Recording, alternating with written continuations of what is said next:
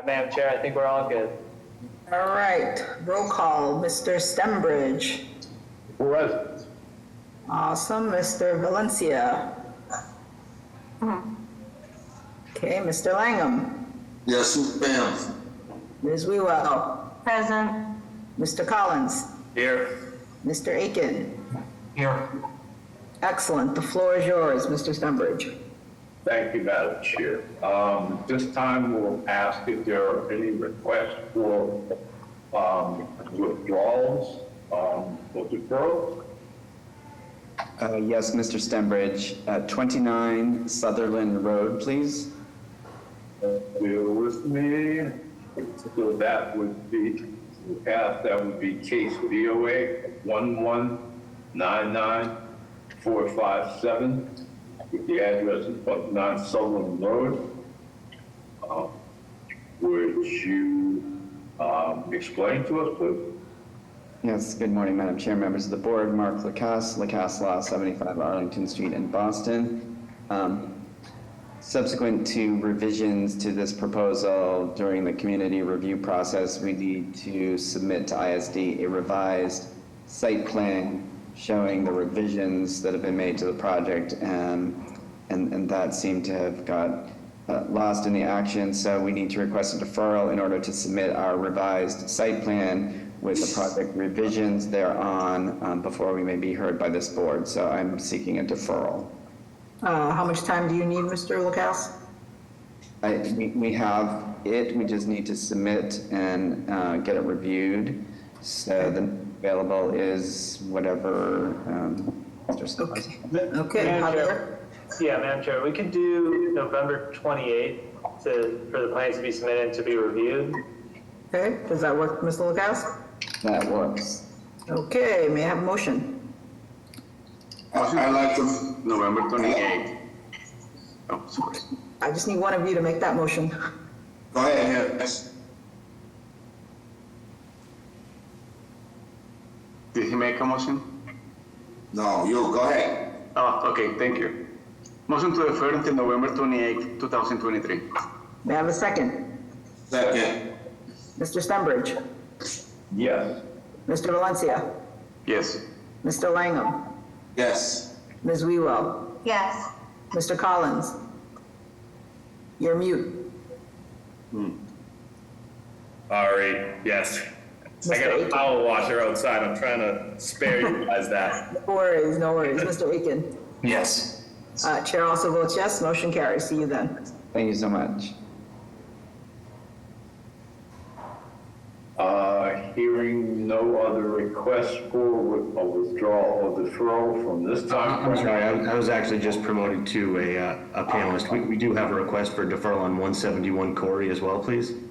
So that would be, the request is for case BOA 1242680 with the address being 171 Quarry Road. Would you explain, please? Yes, certainly. As a result of the community process, the applicant was encouraged to remove a front patio and replace it with parking spaces. They did so and revised the plans. As a result of the plan revision, there was a new violation issued which needs to be advertised. So everything's all set. We have support from some of the representatives. We just need a little bit more time to properly advertise and come back before this board. Okay, Mr. Salas, what's the next available?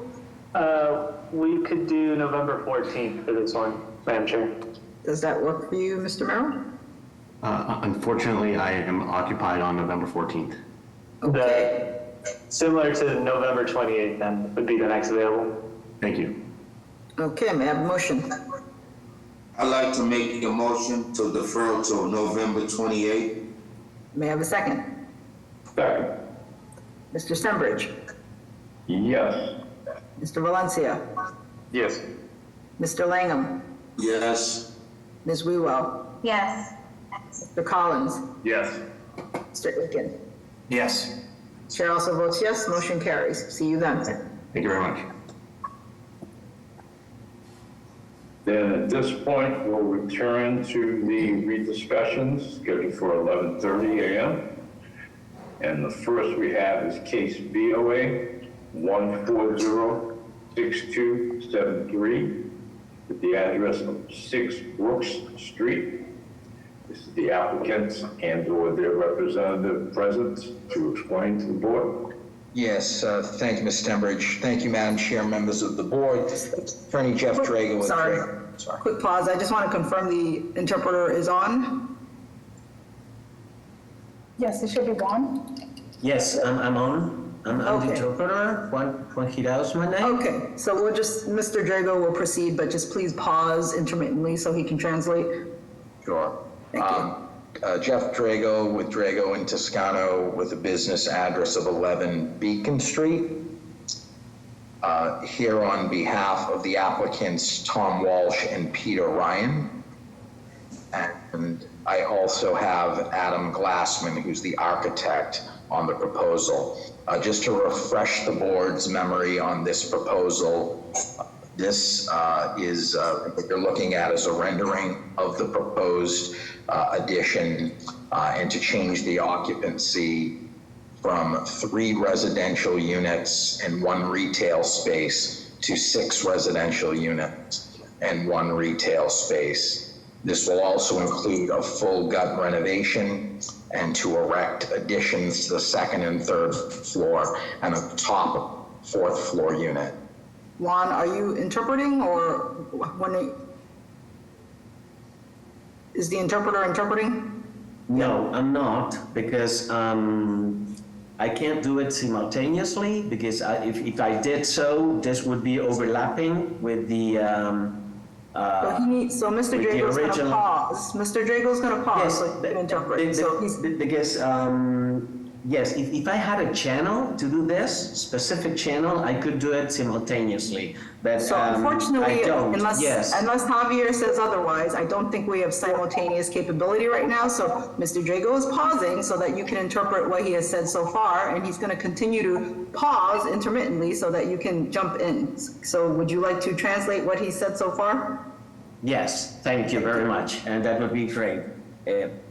El señor Jeffrey está representando a Tom Walsh y a Peter Bryan y la propuesta es de cambiar la ocupación de 3 unidades residenciales a 6 unidades residenciales y hay un sitio para un comercio minorista que también se cambiaría a 2 sitios de comercio minorista. Y esto entonces es lo que está para revisar. Okay, Mr. Drago? Okay, if we could go to the next slide, please. Vamos entonces a la siguiente diapositiva, por favor. This is a front picture of the existing conditions of the building with the 3 unit that's existing and the market retail space that's existing. Bueno, y esta es una foto, una imagen de las condiciones existentes del edificio con las 3 unidades existentes y con la unidad que está destinada para un comercio minorista.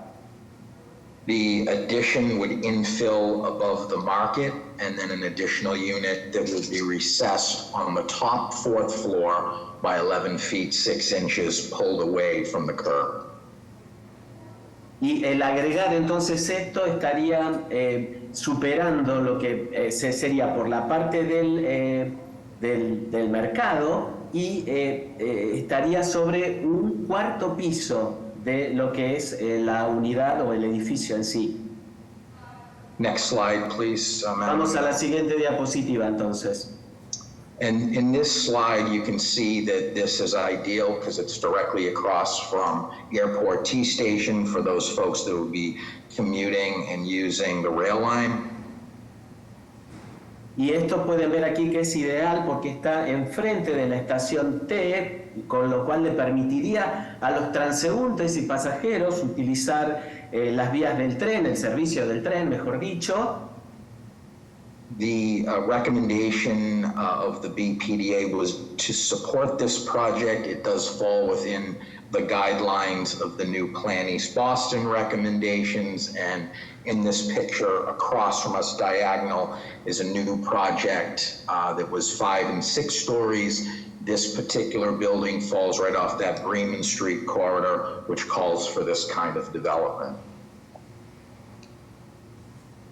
Bueno, y entonces aquí esto, como pueden ver, es ideal porque decíamos que estaba enfrente de la estación, y la recomendación de la BPDA, que es la Agencia de Planificación y Desarrollo de Boston, recomienda este nuevo proyecto con la construcción de los pisos 5 y 6 sobre la calle Bremen, y que entra dentro de los lineamientos aprobados por el código.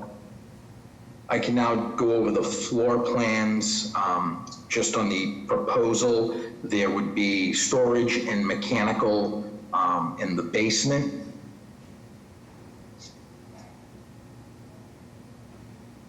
There would be a first floor would house Unit 1 and the retail space, which is what's there now. Y entonces puedo ir a los planes sobre los pisos, lo que se va a hacer. Ustedes están viendo aquí los planos de la propuesta, que tendría en la parte del sótano todo un lugar para mecánico y de almacenamiento, y en el primer piso estaría entonces la unidad número 1 y el sector del comercio, del negocio. The second floor would house 2 units, the current unit number 2 that's existing, and it would add another unit, unit 3, which is a 2-bedroom unit. Y en el segundo piso vamos a tener 2 unidades, la unidad número 2, que ya existe, y luego se le va a agregar la unidad número 3, que es una unidad que consta de 2 dormitorios. The third floor would house units 4 and unit 5. Unit 4 would be the existing unit, and unit 5 would be the newly created 2-bedroom unit. Tercer piso vamos a tener las unidades 4, que es existente, y la unidad número 5, que va a ser nueva, que también es una unidad de 2 dormitorios. And then finally, the fourth floor would house the new unit. That would be a 3-bedroom, 998 square foot new unit, and that would be pulled back, recessed from the front of the building by over 11 feet. Y en el cuarto piso entonces vamos a tener una nueva unidad, que es una unidad de 3 dormitorios, que va a tener una superficie de 998 pies cuadrados, y en la parte anterior 11 pies. Just to go over the variances that were requested, this is a 3F district. We're proposing 6 units, so a use variance, FAR, 1.5 is what's existing. We're proposing 2.9. Y en cuanto a las variantes que se han pedido, o a las variaciones que se solicitaron, son 6 unidades. La FAR existente tiene 1,5 y la propuesta es de elevarlo a 2,9. And for the height, it's a 3-story, 35-foot district, although we now fall under those new guidelines, and we are proposing 4 stories at 43 feet. So we would require a height variance, although that is why we pulled the front of the building in. Y entonces, en cuanto a la altura, es un edificio de 3 pisos con una altura de 35 pies, y la variante sería en transformarlo en 4 pisos de 43 pies de altura, y esto es entonces la variante de altura que se va a implementar en la parte delantera del edificio. And then finally, we were cited for G-code, and I know Mr. Simonelli attested to that last time that we conform with our no harm letter. Y finalmente entonces nos citaron para la parte del código G, y el señor Simonelli dio fe de esto la última vez, de conformar o prestar conformidad, mejor dicho, a una carta en la mediante la cual manifiesta que no hay daño, que no hay perjuicio. And then over the last month, we have worked diligently with the tenant on the first floor of the market to come up with agreeable terms for his lease. And I've worked with his attorney, who I believe is on the call today.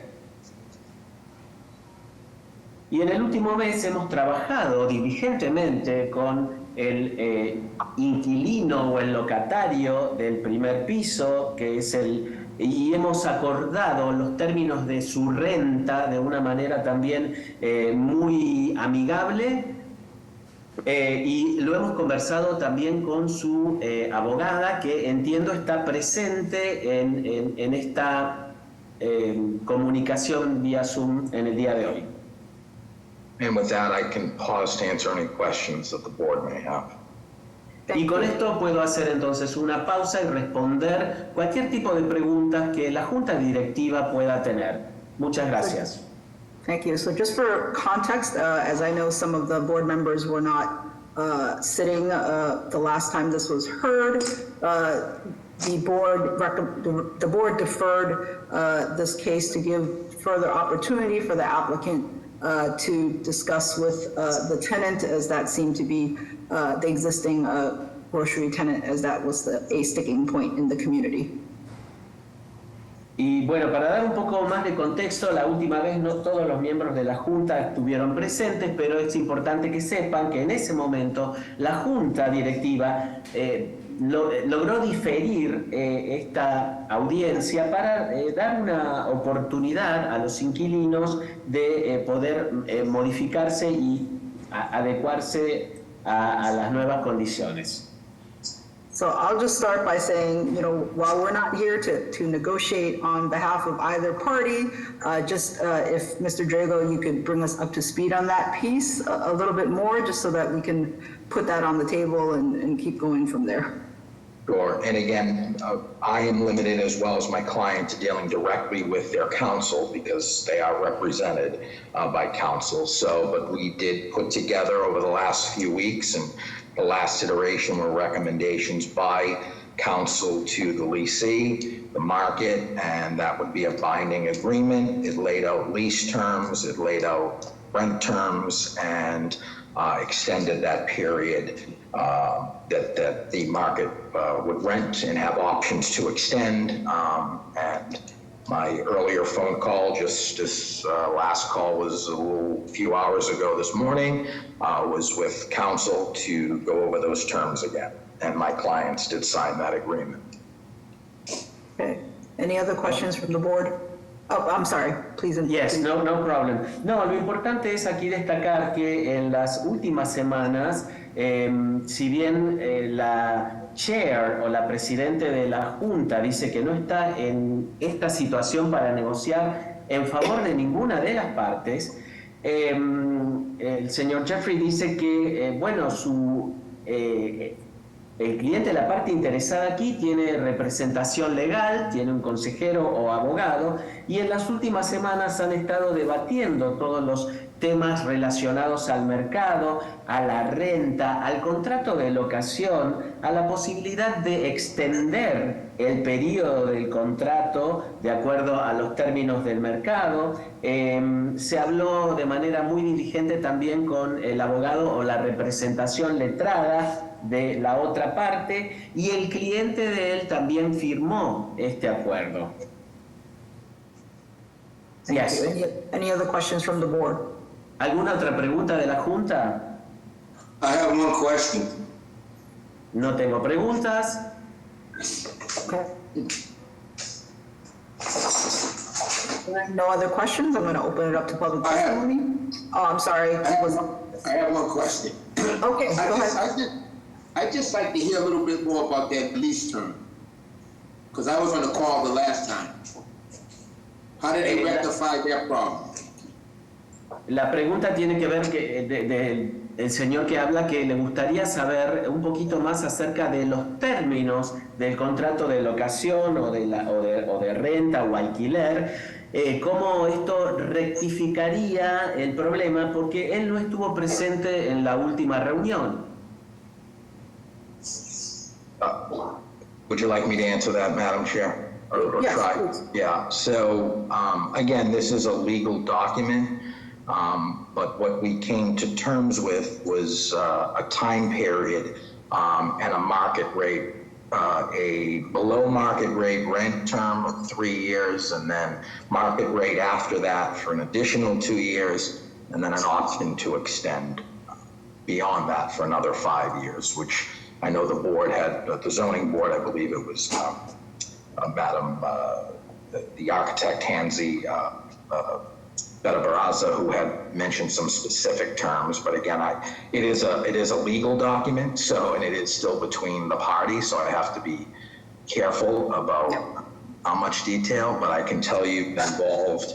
The terms that we got were reviewed by counsel, Mr. Blaze, who I believe is on the call. There were recommendations made for additional changes to that agreement that my clients agreed to, and we've signed that document. Thank you. Thank you. Bueno, la respuesta entonces es que básicamente esto se trata de un documento legal donde las partes acordaron, se pusieron de acuerdo en tener una tasa de mercado, primero en hacer la locación o el alquiler del inmueble durante 3 años por debajo del precio de mercado, luego 2 años adicionales de acuerdo al precio del mercado y con posibilidad de extenderlo a 5 años, también bajo precio del mercado. Aquí estuvieron distintas partes involucradas, estuvo el arquitecto Hansi, y bueno, toda vez que se trata de un documento legal y que ha sido algo acordado entre las partes, el señor Jeffrey dice que tiene que ser muy cuidadoso respecto de la información que él va a divulgar, porque no puede brindar demasiada información, pero lo importante es que las cláusulas fueron revisadas por los asesores legales de cada una de las partes. Su cliente en particular introdujo algunos cambios adicionales, dichos cambios fueron acordados y el cliente del señor Jeffrey firmó en prueba de conformidad. Okay, any other questions from the board? ¿Alguna otra pregunta de la Junta? Just to confirm, Mr. Trego, that there is only one retail space at this moment on site. I was looking at the Google map, a Google picture, and there is an ice cream place next door. I wasn't sure if that is part or if that was part of the business. That is not part. It is just the label. If you look at a Google map, it was the Delicious Market. So it is the one retail space that is connected to this building. Okay, thank you. Bueno, y que aquí querían confirmar con el señor Rago si es solamente en este momento hay solo un espacio destinado a actividad comercial, porque él estuvo viendo en Google Maps y veía que había como otra vidriera, ¿no?, que podía confundirse y que fuera parte del local. Eso, la aclaración del señor Drago es que es solamente un espacio comercial el que tienen actualmente. Madam Chair, I'd just like to offer that while I haven't visited the market, this definitely from a physical plan perspective is a great infill development, and I think that it will just be helpful when we get to the public comment part to have the Markets Council kind of confirm that they're in the same place so that we know for sort of the harmony in the neighborhood that those both pieces of that are on record here in terms of where the agreement stands. Thank you. So maybe with that, let's open it up to public testimony. Jessica? Yes, just let me please translate the last Yep, part. of course. La intervención decía que esto va a ser un gran desarrollo significativo que va a ayudar a tener, va a tener un buen consejo o aprobación por parte del mercado, que está todo dentro en armonía con lo que es la zona, así que digamos se demuestra el ok con el avance o la conformidad. Thank you. Thank you. Jessica? Yep, you're here to give testimony. Can you raise your hand? Yes, Madam Chair, members of the board, Connor Newman with the Mayor's Office of Neighborhood Services. This time, the Mayor's Office would like to defer to the judgment of this board. As you previously heard in our testimony, an abutters meeting was held. There were concerns raised from nonprofits and residents, specifically around concerns if the market on the first floor would be displaced. It's good to hear that conversations have continued between the applicant and the business owner. The proponent did meet with the Maverick Central Neighborhood Association December of 2022 and January of 2023. The group voted to oppose the project. I believe those concerns were also rooted in worries that the first floor market would be displaced. I don't know if that group has amended their stance or not, but with that information, we'll defer to the board. Thank you. Actually, they took no position, and they asked us their willingness to work with the market, just to be clear. Thank you, Jeff. Any other elected official offices? If not, I'll go to Elaine. Good morning, Madam Chair, members of the board. Sebastian Parra from Councilor Coletta's office. The councilor is gladly in support of this project because both parties have been diligently working together to come to an agreement. And we believe that both the applicant and the owner of the retail space currently are both happy with the agreement that they came with. And so for that reason, the council will show her support for this project. Thank you. Thank you. And Jessica, can we try to find the attorney for the Delicioso Market? Yeah, Yeah, it would be helpful to hear from them. Sure, yep, if you're on council, is it Tony? I sent a request to unmute. Tony, are you the attorney for this part? Yes, I am. Okay, go ahead. Yes. Yes. So, as attorney, first of all, good afternoon, Madam Chair, and good afternoon, everyone. As Mr. Drago pointed out, we have been working over the past 3 to 4 weeks in arriving at an agreement that would satisfy both parties. We worked up till late last night, early this morning also. And we came to an agreement basically on the terms that Mr. Drago actually stated. There is a 5-year lease with an option for another 5 years, exercisable by Mr. Martinez. The market will remain in its current location, the existing size, the existing footprint. The first 3 years will be at the current rate, so there's no increase in the rates for the next 3 years. And then for the 4th and the 5th year, it will be at existing market rates. Of course, as I mentioned, Mr. Martinez would have the option at the end of the first 5 years. Voy a hacer I'm just going to make a summary of the last comments because there were too many, but I think that they are important to the case, if you don't mind. Lo importante es que se ha hecho todo un trabajo y con los residentes y también con las organizaciones sin fines de lucro, y que se ha llegado a una buena solución y un acuerdo entre el solicitante y el dueño. Se reunieron varias veces, entre ellas en diciembre de 2022 y en enero de 2023, y los temas y las preocupaciones que en principio les aquejaban fueron resueltos llegando a un acuerdo de que el primer piso iba a permanecer la parte de comercial o del negocio y que se iba a trabajar de conformidad con los precios de mercado. El comentario del señor Sebastián Parra es de apoyar el proyecto para un acuerdo y también destaca la importancia del solicitante y del dueño del negocio, que ambos se sienten felices con el resultado del proyecto y del mercado. Y finalmente, en los comentarios del abogado del señor Martínez, que han estado trabajando durante las últimas 3-4 semanas, se llegó a un acuerdo de ambas partes e incluso hasta anoche estuvo en comunicación con el señor Drago. El acuerdo del alquiler o de la locación del inmueble va a ser de 5 años con el precio actual primero y con la posibilidad de extenderlo durante 5 años más. mercado o el lugar comercial del señor Martínez va a permanecer donde se encuentra actualmente, y ahora sí, los primeros 3 años el alquiler o la locación, la renta va a permanecer igual, y luego en el año 4 y 5 esto se va a elevar a los precios del mercado, siendo esto algo opcional. Thank you. Thank you. Was the attorney finished, or were you still speaking? I think the attorney had finished, but Okay. well, sorry if No, I'm no, just- barging. That's why. I don't know if it's still on. Thank you. No, no, Okay. I think I completed all the last comments. Great. Any other public testimony? ¿Algún otro testimonio público? I see no additional raised hands, Madam Chair. Okay. Any other questions from the board?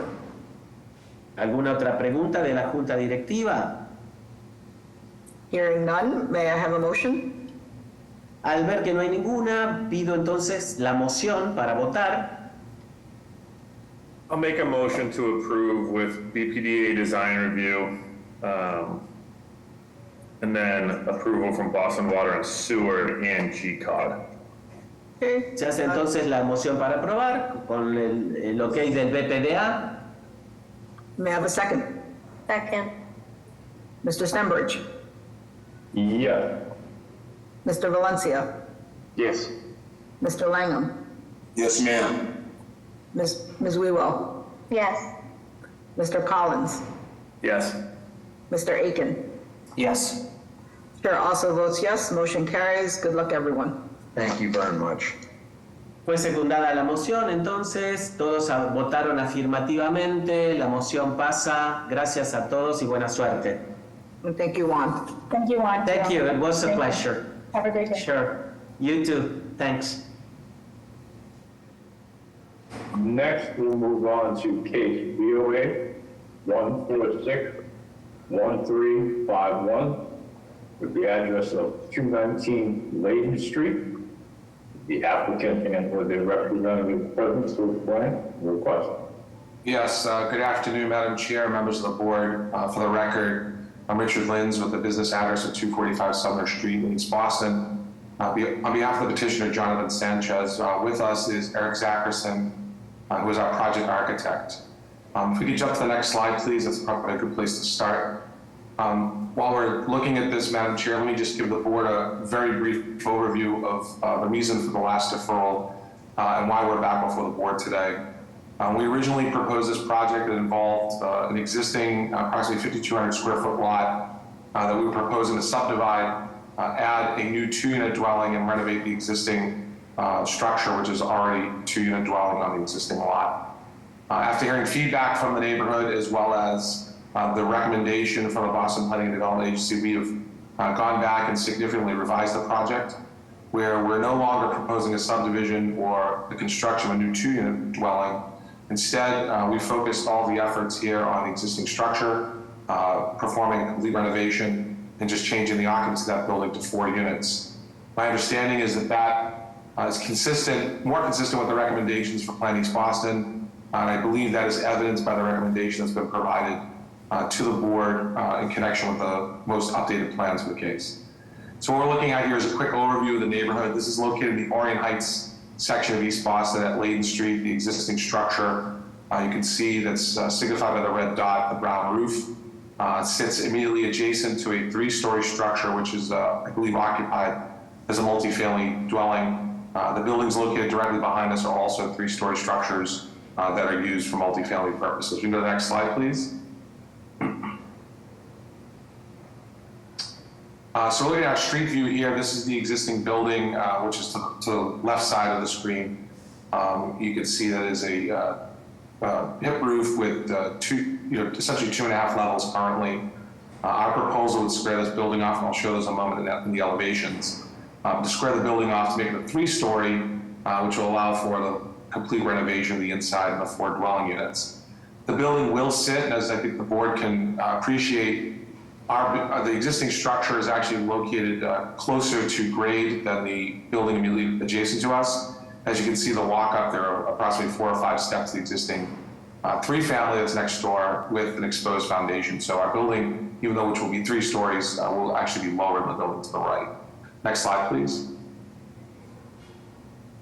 To the left side of our building, we have a parking area that will be maintained. We're not proposing to make any change with respect to that. So that does accommodate at least 2 parking spaces and possibly 4 if they're a tandem arrangement.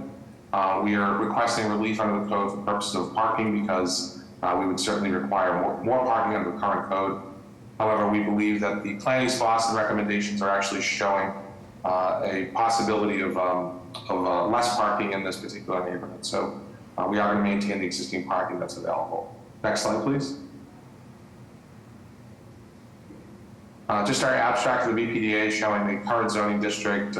This is, obviously this was filed under Article 53 in current zoning, so we do require relief because the new zoning has not yet been adopted. However, we are operating under the provisions of Article 53. Next slide, please. We can probably jump to the next slide as well. Let's go one more. That was just to show the update to that level. All right, it's a good place to stop here. So with respect to the floor plans, Madam Chair, we do have 4 levels of living. When you see the elevation, we have a pretty significant grade separation between Layton Street and the back portion of the property. So it does allow for a full walkout condition with that lower level plan. We do have a mix of 2-bed, 1-bath size units. They're all 2-bed. 2 of those are 1 bath and 1 is 2 bath. They're all approximately about 880 to about 900 square feet of gross living area, so a pretty good size for a 2-bedroom unit. And the arrangement of the building itself essentially allows for a similar size level living on each of the units. We're not proposing any roof deck on top of the building. We are showing some outdoor space, and you'll see that in the plan in a moment. Next slide, please.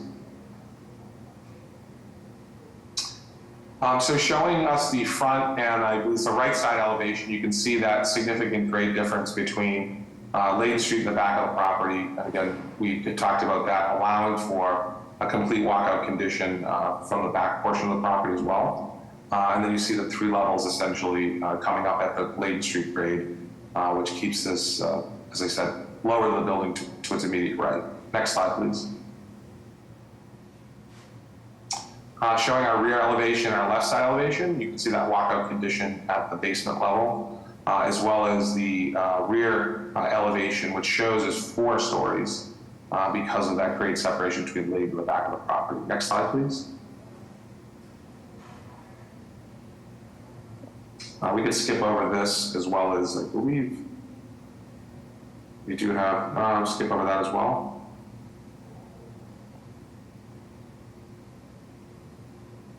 Yeah, and this is just showing us the existing conditions. So as you can see, the raising that roof is essentially all that is occurring with the height of this building, as well as infilling the back portion of that, which looks like an addition from years ago. With respect to the current zoning, Madam Chair, let me just run through that relatively quickly. This lot width is 50 feet. We do have a pretty deep lot, which allows us to have and maintain about 46 to 47 foot rear yard setback, which is more than the current zoning requires and more than what the planning spots and recommendations would require. We do have an FAR of 0.89. Under current zoning, 0.8 is the maximum. So we would require a variance under current zoning. However, new zoning is looking at the floor plan of the building as well as the lot coverage and determining whether or not the density is appropriate. We believe that even though we are in excess of the FAR that's required, we are consistent with the planning spots and requirements as evidenced by the recommendation. The building itself would be a 3-story building from Layton Street, but a 4-story building from the back. We measure the back at 42 feet 6 inches, but again, the front side of the building would actually be lower if measuring from Layton Street and certainly consistent with the surrounding context. We do provide about 3,700 square feet of open space that essentially is what's existing today on the site. This is a pretty good sized lot, a little bit would be considered oversized for the sub-district. So allowing for a total of about 3,700 square feet of open space is no issue for this site, and again, consistent with the recommendations for planning spots. At this time, Madam Chair, I'll pause and address any questions or comments of the board. Thank you. Questions from the board? One question, is that unit on the first floor sort of low threshold to get into? Is it accessible Or is there just sort of one step to go in? Yeah, I can let Mr. Zackerson address. I believe the one at grade, Mr. Aiken, coming in from Layton Street is, there's an accessible option for that. It's the one that's below grade that might be a little bit more challenging, but I believe we're able to provide that. Eric, could you confirm that for Mr. Aiken? Yeah, that is correct. The first floor unit would be flush. The lobby, the entrance door is mostly flush, and we'll flatten the sidewalk to make it, the walkway to it to make it smooth. Yeah, thank you. Other question? Thank you. Any other questions from the board? Okay, hearing none, may we have public testimony? Yes, Madam Chair, members of the board, Connor Newman with the Mayor's Office of Neighborhood Services. At this time, the Mayor's Office likes to defer to the judgment of this board. Some background information on the community process. Board has hosted an abutters meeting for this project on November 2nd of 2022. There were no abutters present on the call. The applicant then went on to meet with the Orient Heights Neighborhood Council in April. The group voted overwhelmingly to oppose the project with a vote of 38 in opposition to 2 in support. The group expressed their main concerns where the project did not align with the current zoning or the zoning proposed in Plan East Boston. With that, we'll defer to the board at this time. Thank you. Thank you. Okay, I have a caller. Good afternoon, Madam Chair and members of the board. Sebastian Parr from Councilor Coleta's office. In regards to 219 Layton Street, there is ambiguity around its alignment with Plan East Boston as it relates to the lot width and size and the amount of units that could be built in that lot.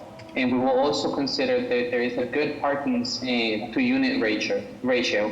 And so there is merit to this project, and we appreciate the changes made by the proposal. And with that said, residents and Councilor Coleta are enacting negotiations with BPDA as it relates to the minimum lot size and unit ratios. With that, the council would like to defer to the board for a decision. Thank you. Thank you. Caller 617-561. Yep, we can hear you. Can you state your name and address for the record and let us know if you support or opposition? Okay, my name's Marie Savaggio. I live at 223 Layton Street. I'm 2 doors away from this place that wants to be built. It's a monstrosity. First off, he has a parking for 2 cars. His SUVs are so big, he can't park his 2 cars there. He can only park 1. And he parks in the street, and everybody parks in the street. He's not a good neighbor. There's three stories already in his yard, and he's gonna add a 4th story. I mean, it's just too big. Okay. It's too congested. This is Little Layton Street. I mean, he has a fire hydrant right outside his door that he never even shovels. He doesn't even care about this neighborhood, and now we're gonna have more construction and more people. We're right down the end of the street from a school. I mean, there's no children around there. I don't understand why it's a multi 4-family unit. I mean, he's got 2 families in there already, him and himself. He uses 2 floors for himself, and he's got a family on the other level, and it's already 3 levels big. Now you're gonna put a 4th level on? Thank you, ma'am. I have no additional reason. Madam Chair, may I respond very briefly? Sure. I appreciate the comments from the abutter as well as the Mayor's Office of Neighborhood Services. I do want to point out that the vote from the Orient Heights Neighborhood Council was on the original proposal that involved subdividing a lot and adding an additional 2-unit dwelling. That's obviously not before the board today, and we've modified the project substantially based upon that. I believe with respect to the caller, I think the version of the project that she's referring to was the original proposal. Again, we've changed that. The modification to this building is minimal when it comes to the actual roof line. The height of the building doesn't change from the current peak where it's at now, and is actually lower than the abutting 3-story dwelling located immediately to our right. So again, I want to make sure the board has it in context that when the neighborhood group voted against this, it was a different project, but it's been reduced substantially. Thank you. Got it. Thank you. Any other questions from the board? Hearing none, may I have a motion? A motion to approve with BPDA design review. Is there a second? Second. Mr. Stenbridge? Yes. Mr. Valencia? Yes. Mr. Langham, Yes. Ms. Wewell, Yes. Mr. Collins, Yes. Mr. Aiken. Yes. Chair also votes yes, motion carries. Good luck. Thank you very much. Next, we have case BOA 1386283. The address of 24 Geneva Street. Is the applicant and or the representative present to explain to the board? Yes, Mr. Stembridge, again, it's Richard Lins. Good afternoon, Madam Chair, members of the board. Business address of 245 Summer Street, East Boston.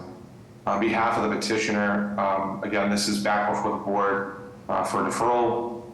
We originally had proposed this project, and I believe the description indicates that this was 5 stories, 6 units. We did also have an opportunity to hear from the BPDA on this, as well as neighbors and abutters.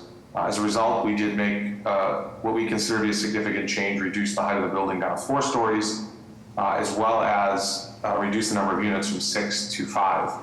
In doing so, we were able to get the support of the Grove Street Citizens Association, who voted to support the project. I understand that there are recommendations to BPDA concerning new zoning because we are slightly below or above the recommendations and requirements, but I think if I walk through the plan with you, you certainly can understand these are what I consider to be relatively minor in relationship to the surrounding context. So we can jump to the next slide.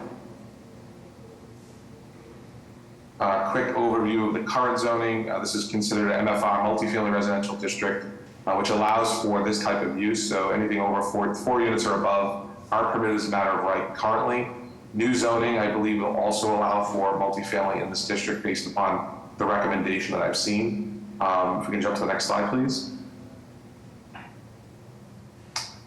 So overview here of Geneva Street. Geneva Street, for members of the board not familiar with it, is a private way for purposes of just orienting everybody as to where we're at. You see Grove Street to the right side, and Maverick Street would be the intersecting street further down. Geneva Street over the past 10 to 15 years has received a lot of attention for development. There are a number of new projects either recently completed or under construction presently, and they range in size from anywhere from 3 stories up to 5 stories currently. The location of Geneva Street is within close walking distance to Airport T Station. It's relatively short walk to Maverick Square as well. So this does lend itself to for an opportunity to create some transit type housing, and I believe that this overview shows the location pretty much with respect to what's located directly across the street, which is the rental car facility at Logan Airport. This street essentially is the last street before you get to the airport property. Next slide, please. This is just a view looking down Geneva towards Maverick. You can see that the situation with respect to parking currently is a little bit of a mixed bag. There is on-street parking available, although many of the new projects that have been built either have off-street parking or park on Geneva Street. Next slide, please. Just a view to get a relative idea of what's located behind us. That's Cottage Street, where we do have multi-families and triple deckers, and there are some 4 stories as well. Next slide, please. I'm probably going to jump over this one as well. This is a good place to stop. So looking at the intersection of Grove and Geneva as you're coming down, our site would be located on the right. This new project, this is a 5-story, 8-unit building located pretty much directly across the street from where we're at. It is a project that covers most of the lot for this particular area, and does have parking at grade located in the garage. Next slide, please. This is looking back up Geneva. We have the building that's almost completed, and that's the 5-story. Next slide, please. You can probably jump to the next one with our proposed conditions. This is just the existing conditions, cover vacant lot. So we do see here that we do have our building footprint showing us setback at 5 feet from the front property line. It does get as close to 2 feet. There are some overhangs on the building as well. We set our left side property about 3.9 feet and a 1 foot setback on the right. I believe there's an existing or proposed new development, larger Article 80 size project located immediately to our right. I believe that's been approved. And I know that there's been some review as to what those setbacks look like for that building as well, in siting our building. We do show our rear setback at about 14 feet, 8 feet from the decks, 14 feet from the building.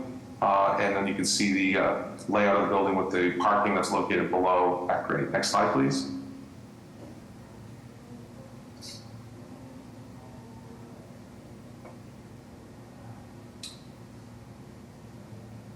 Are we able to advance the slide? There we go, perfect.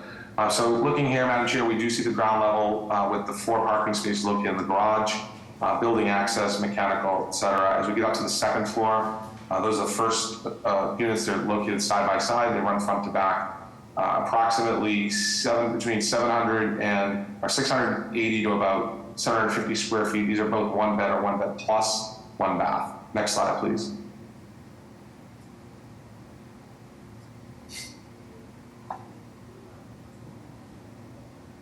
Our 3rd floor plan, pretty similar to what we see on the 2nd floor, and then we get to the 4th floor. We show a full layout for the unit. It occupies the entire 4th level. This represents where one of the changes were made, including the reduction from 5 to 4 stories and reduction from 6 to 5 units. We show the roof plan here as well. We were asked not to incorporate a roof deck for this project, so we've also eliminated that as well. Next slide, please. Our building elevations, we show, essentially very typical for this area. It's not unlike the other buildings that have been built recently on Geneva Street. Garage door located to the right, which allow access to the garage. And we show the rear portion of the garage is open air that allows for vehicles to park under the building, but a little bit closer to the rear yard. We do show decks off of the rear of the building as well. Next slide, please.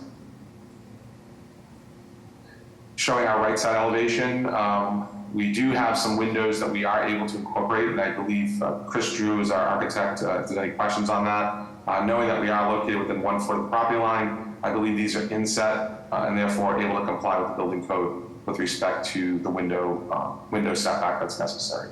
Next slide, please. Showing our left side elevation, and as we are setting that back more than 3 feet, we're able to incorporate a number of openings as well. Next slide, please. And we also have, I should point out for the record, this one does have G-code cited, so we are requesting the conditional use permit under Article 32 for that as well. I believe all of the filings are necessary, and Mr. Simonelli can confirm that.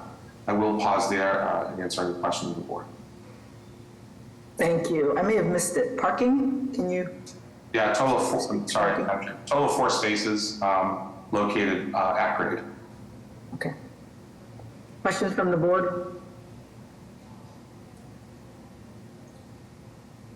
Okay, hearing none, let's move to public testimony. Yeah, Madam Chair, I actually have a couple. Can you speak to the lot coverage, the building footprint? What percent of the lot coverage is the building footprint? I understand it's gone down from 5 stories to 4 stories, but it still seems like you're probably a vast majority, and that the setbacks, at least the side yard, are still 1 feet. Yeah, so thanks for taking the issue with lot coverage. So the Plenty Sponsor's recommendation is 60, or about 65%. And then conversely, the open space or permeable area is recommended to be 30%. We're at about 24%. I know that we have made the adjustments. It was actually, we probably had those ratios probably a little worse. We were at 5 stories. That's one of the other things that we've done is to pull this building a little bit back from the rear, as well as a little bit more on the side. The design of the building, including the addition of parking, which is critical for the neighborhood. They did want us to have off-street parking. It's one of the reasons why we're including it. To create that off-street parking opportunity, we need to be at a certain width of the building in order to make it work. And that's why we're not able to be fully compliant with the setback. But under current zoning, the combined setback is 5 feet total, both left and right. We're at about 4.9 feet currently. So I know that with the direction the plan is going, but it's hard at this point to do a one-size-fits-all on projects that were started well before the plan's recommendations were actually being put forth. And then two other questions. One is, what is the status of any improvements to Geneva Street, to your knowledge, by the property owners? It's all of these buildings have been built and there's been no improvements to the street. So I'm wondering what the proponent is doing to participate in that. And then the second question is, if parking wasn't driving the ground floor level, and perhaps this is for the architect, would there be a first floor unit in the building? Also, very good question. So with respect to the status of Geneva, I want to be, based on what I know and projects that I'm working on in that area, there is an Article 80 project, I believe through approval, immediately to our right, which my understanding, just based upon my experience in Article 80, is that there is a public realm commitment and mitigation, which would go towards Geneva Street, in addition to the requirements to comply with complete streets. So there are, there are some resources, I think, from that Article 80 project alone. There's another one making its way through the process that I am working on. I know that the ask specifically from the community, as well as the BPDA, is to contribute to the improvements in Geneva. The other project that's currently under construction, I believe that's located at 10 Geneva, has made a commitment as well towards improvements. I don't have the full details. I did the permitting for that, but I don't represent the current owners. But I know that part of that conversation involves sidewalks as well as street improvement from the edge of their property down towards Maverick. So there are a number of projects happening, Mr. Aiken. I know that there are commitments that are being required through the Article 80 process, a little more formal, but those projects that are less formal are making, I guess, commitments through the city. My client owns another property further up Geneva and has agreed with that project to contribute. I believe he's actually already done some paving on the other side of Geneva, has no issue with contributing to it for this project as well, and certainly will work closely with the other developers as the butters, both left and right, to try to make that happen as well. Any other questions from the board? I'm sorry, I think your last question, Mr. Aiken, was, would we incorporate a unit at the lower level? I think we would. The concern that we heard was, that parking, I don't necessarily agree with it, but parking is a challenge for Geneva. You have that park located across the street. There's no residences that are going to be built on that park property, and there's parking available all the way, the whole length of that. But the neighborhood was specific that off-street parking was important for them. We did make that commitment to the Grove Street Citizens Association. They did vote to support it, so I don't want to commit to something now and be accused later of doing the bait and switch with the community. I think that the parking was important. Thank you. For the explanation. Madam Chair, I have one question. Yes, sir. We could hear from the BPDA on their recommendation. So Mr. Hampton is not with us, so if you'd like me to read his recommendation, that's fine. But I will preface it by saying that it appears that it may be based on your prior proposal, since it references 5 stories and you're saying you have 4 stories now. So their only recommendation was denial without prejudice. We can leave it there. Okay. I'm sure I agree. And the number of units as well, I think the BPDA was looking at 6 and we're at 5. Yes, so I just want to preface it by saying that since Mr. Hampton is not available. Any other questions from the board? Madam Chair, I did notice something I'd like to follow up on. I think the first floor plan showed, and I only caught a glimpse of it, is it true that the trash and the bikes are sharing space? Yes, on the ground floor, there is mechanical trash and bike storage. The bike storage itself would be separated from the trash. That was just a misprint on the plans itself. Okay, thanks, yeah. I think if we want people to bike to keep away from trash. Okay, thank you. Thank you. Any other questions from the board? May I have public testimony? Yes, Madam Chair, members of the board, Connor Newman with the Mayor's Office of Neighborhood Services. This time, the Mayor's Office would like to defer to the judgment of this board. Some background information on the community process. ONS hosted a butters meeting for this project on August 24th of 2022. 3 butters were present on the call. Some butters expressed concerns about the height, density, and parking proposed for the project.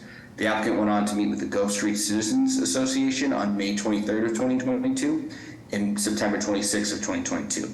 The group voted to support with 7 residents in favor and 2 in opposition. The association members who were in opposition expressed concerns that too many variances were being sought, and the majority of attendees for that civic association that were in support felt that this project would better Geneva Street, and then the number of parking spaces proposed was a reasonable number. With that, we'll defer to the board at this time. Thank you. Thank you, Mr. Newman. Okay, I have no additional raised hands. Thank you. Okay, any other final questions from the board? With that, may I have a motion? Motion to approve with BPDA design review. May I have a second? Second. Mr. Stenbridge? Yes. Mr. Valencia? Yes. Mr. Langham? Yes. Ms. Wewell? Yes. Mr. Collins? Yes. Mr. Aiken? Yes. Chair also votes yes, motion carries. Good luck. Thank you very much. Thank you very much. Next, we have case BOA 1264670 with the address of 240 Silver Street. Is the applicant and or the representative present to explain to the board their request? Yes, we are. Good morning, Mr. Secretary, Madam Chair, and members of the board. My name is Kevin Cloutier from the Cloutier Law Firm located at 1990 Center Street in West Roxbury, and I'm joined today by the property owner and applicant, Marco Lee, and the project architect, Eric Zackerson. The reason we're here is we're asking for this board's support for Mr. Lee's application to demolish an existing 2-family home shown on the slide there, and to replace that with a 4-story, it's a 2-story single-family home to be replaced by a 4-story 2-family home with ground floor parking. For some context, that home was the first home Mr. Lee's parents purchased when they emigrated from China in 1996 for only $37,000. Times have certainly changed. They're very proud to have been able to pass that property on to their family members. We suggest this is a very modest project that represents a close collaboration between the applicant design team and the local neighborhood through the Cityside Neighborhood Association. As the record will reflect, there are a number of letters of support, including one from the Cityside Neighborhood Association.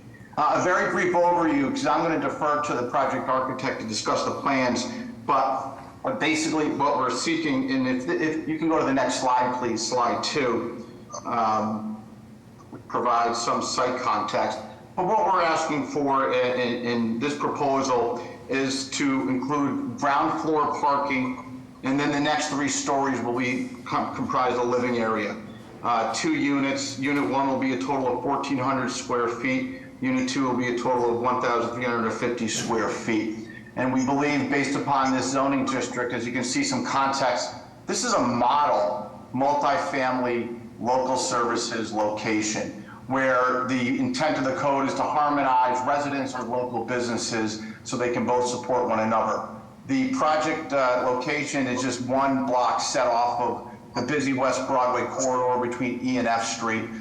So this is a really model MFR LS location. And we also do have support from some local businesses. And if you can go to the next slide, please.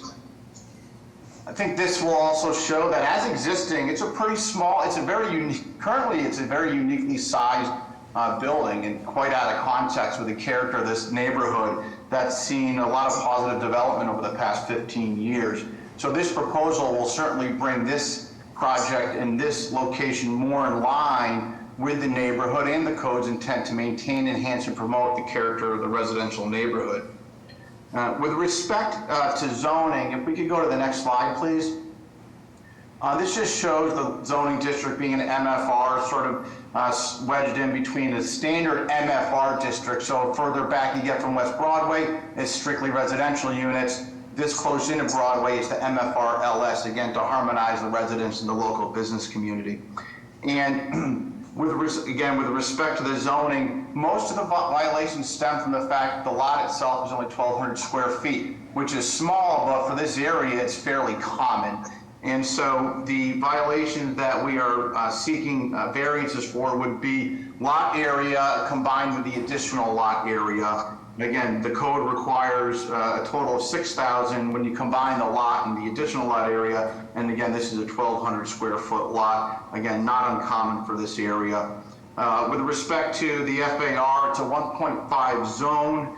This project is a 2.3 FAR, though again, from a density perspective, certainly it fits within the character of that neighborhood and the use within that neighborhood. As far as the height goes, sort of a 2-in-1 violation. We have the South Boston minimum height restriction, which caps the height at the existing height. So we are, of course, exceeding that because we're going up for a total of 4 stories.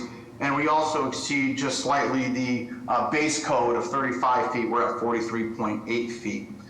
We do have an open space violation, 75 feet. But again, this isn't an area that really has a lot of open space. And once again, the design is fairly consistent with that neighborhood. And some of those other context photographs will spell that out visually. And we do, again, due to the size of the lot, we have side yard and rear yard setbacks. Though the biggest concern that the neighborhood proposed to us during this process really was 2 things.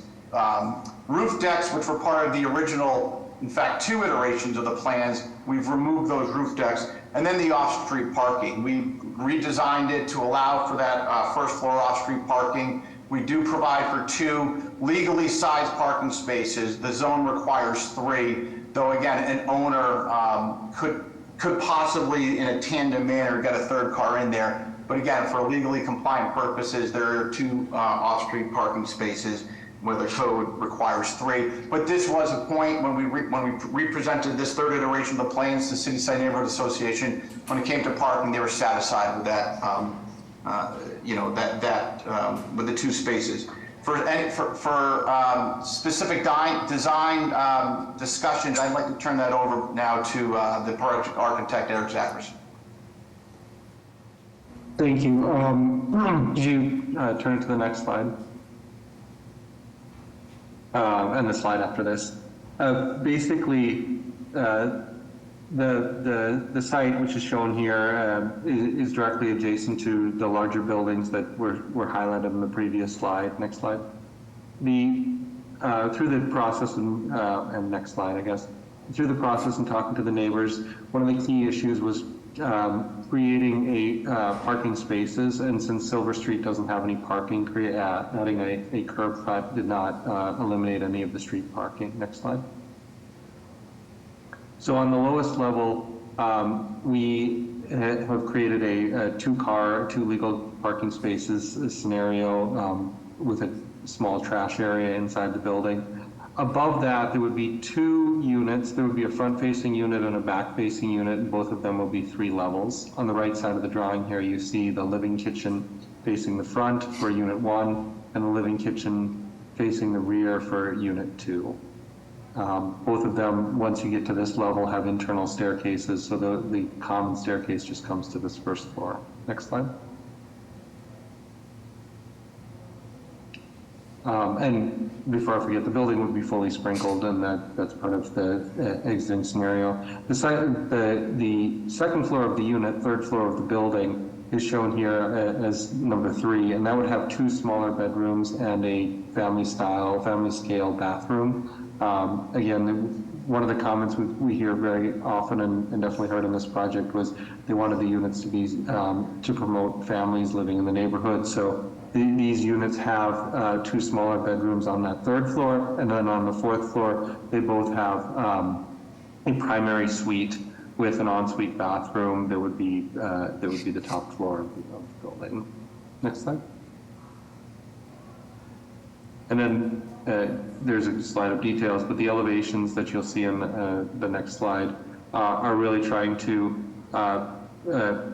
more match the 4-story neighbors and try and have a language that's kind of similar to what those are doing. So you see on the left here the, front elevation with the garage door on the right, and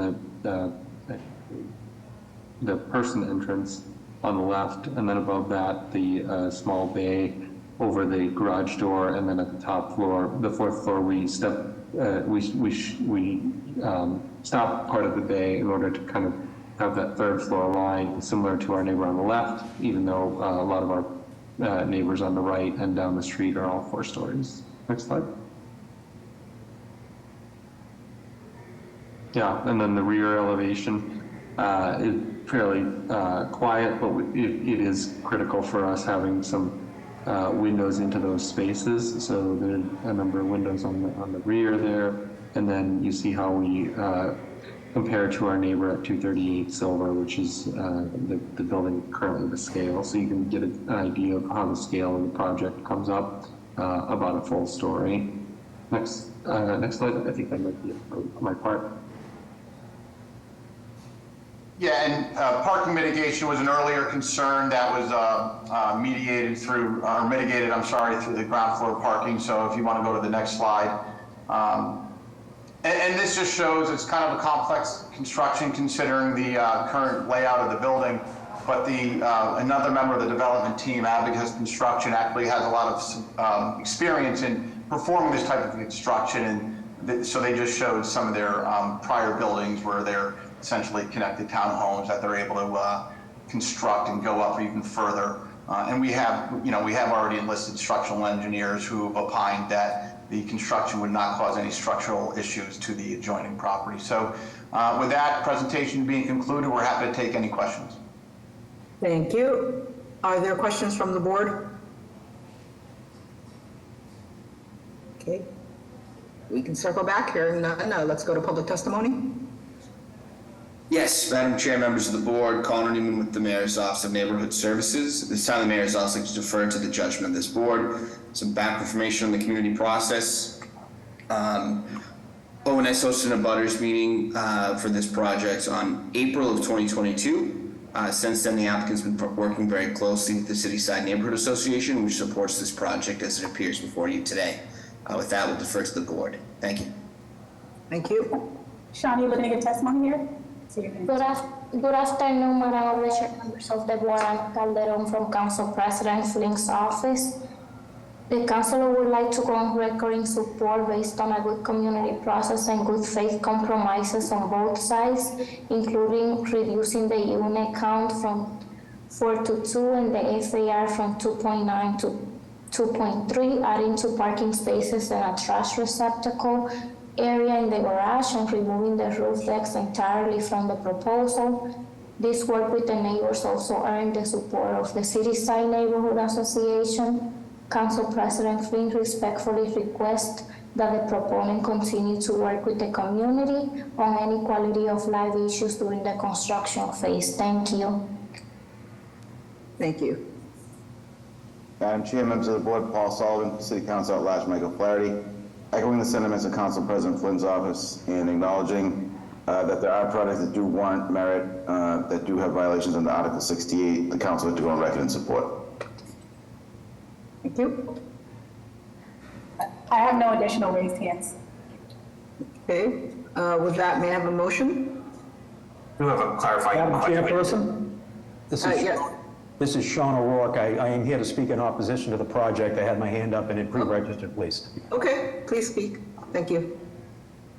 My name is Sean O'Rourke. I represent the owner of the adjoining property at 238 Silver Street, as well as the owner of the other 3 properties that abut this project.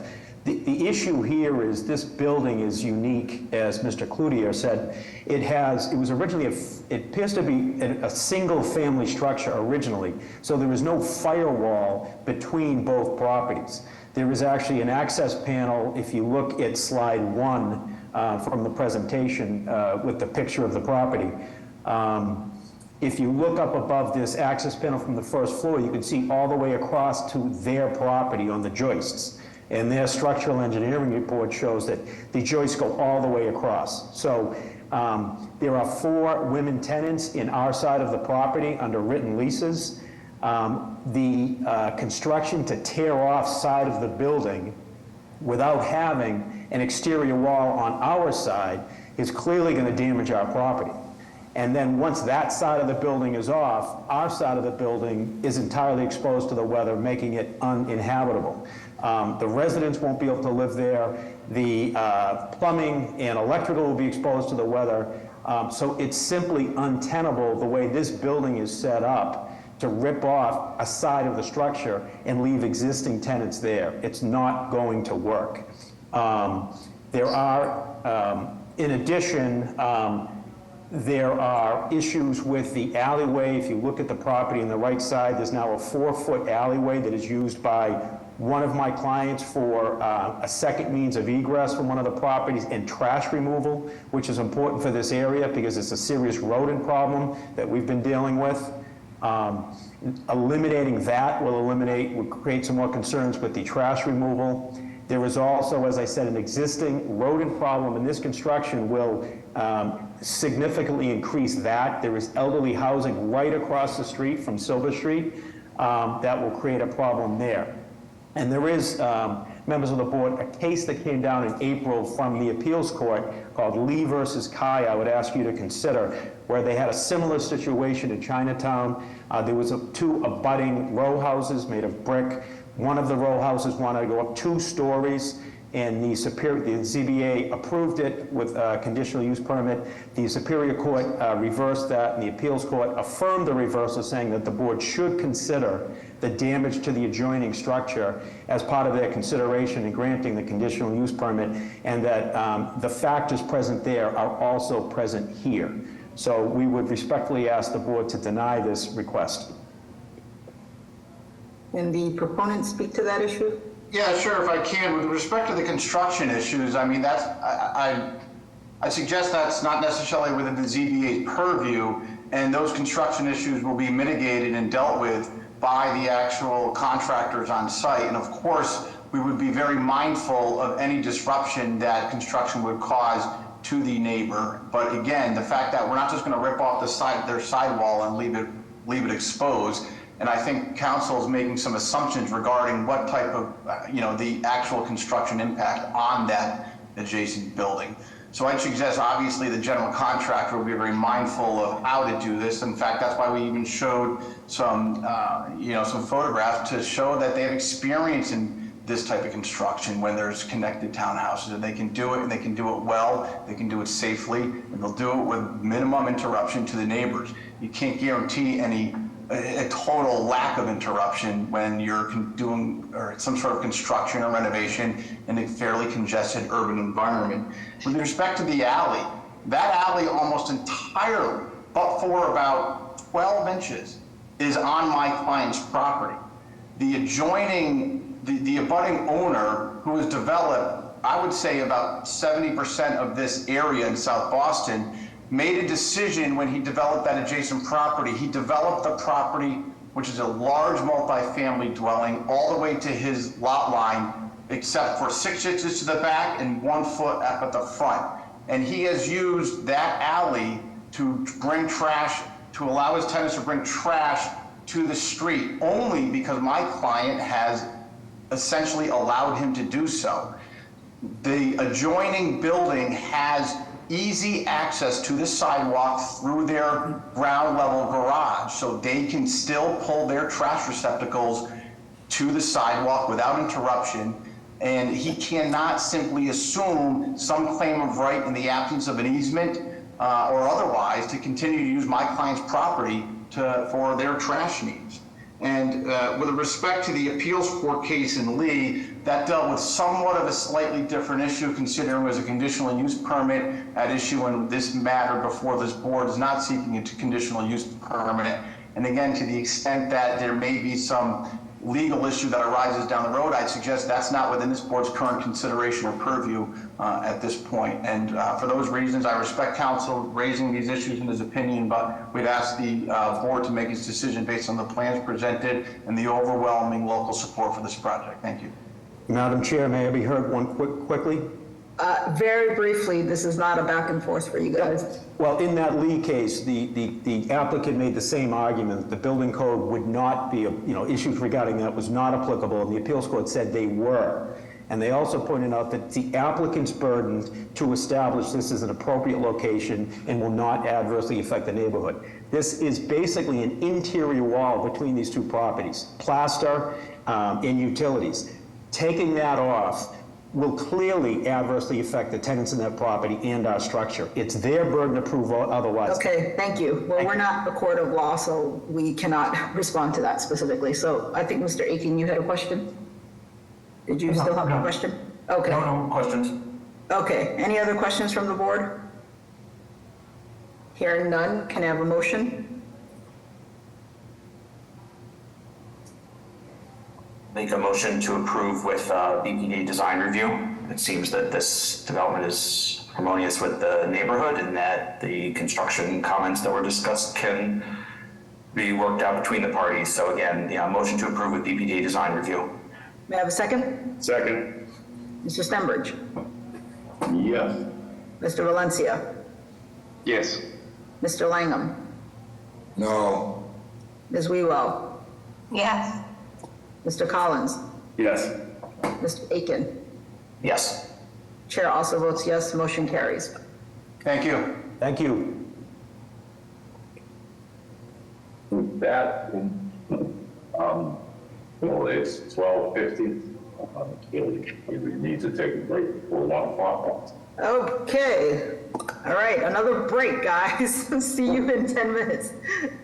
Recording stopped.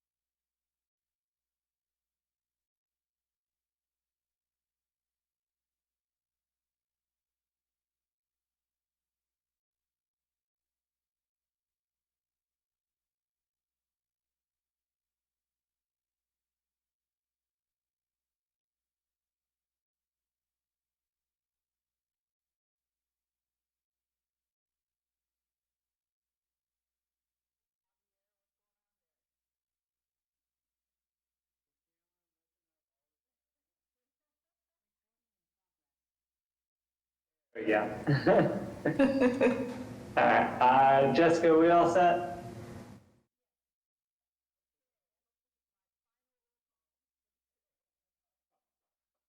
All right, Mr. Stenbridge. I'm here. Mr. Valencia. Here. Mr. Langham. Yes, ma'am. Ms. Wewell. Here. Mr. Collins. Here. Mr. Aiken. Here. All right, the floor is yours, Mr. Stenbridge.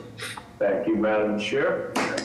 For the 1 p.m. hearings, we will start off with case VOA. Any requests? I'm sorry, before that, I'll ask if there are any requests for withdrawals or deferrals of cases being heard in this time frame. Mr. Stenbridge, it's Attorney Richard Lins. I have the 60 Oak Ridge matter that's on for interpretation. Okay. Are you withdrawing or deferring? I'm sorry, requesting a short deferral on that. I did have a chance to speak with ISD Legal. We are still working through some matters for that one. This could become moot, depending upon what happens in the next week or so. So I just think we need another 2 weeks or so just to hold on to this.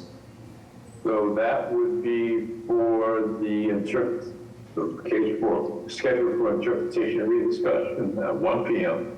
And that is case BOA 1485550 with the address of 60 Oak Ridge Street, as Mr. Lins has explained. Okay, Ms. Javier, dates? Yes, Madam Chair, the next, I know Attorney Lynn said 2 weeks. I think the next available would be November 14th. The October 31st hearing date is kind of full at this moment. Okay. I'm not available on November 14th. Is there any possible way, if I promise to even be brief on the 31st? Good one. I'll leave that to you, Madam Chair. If it's not November 14th, it'd be November 28th.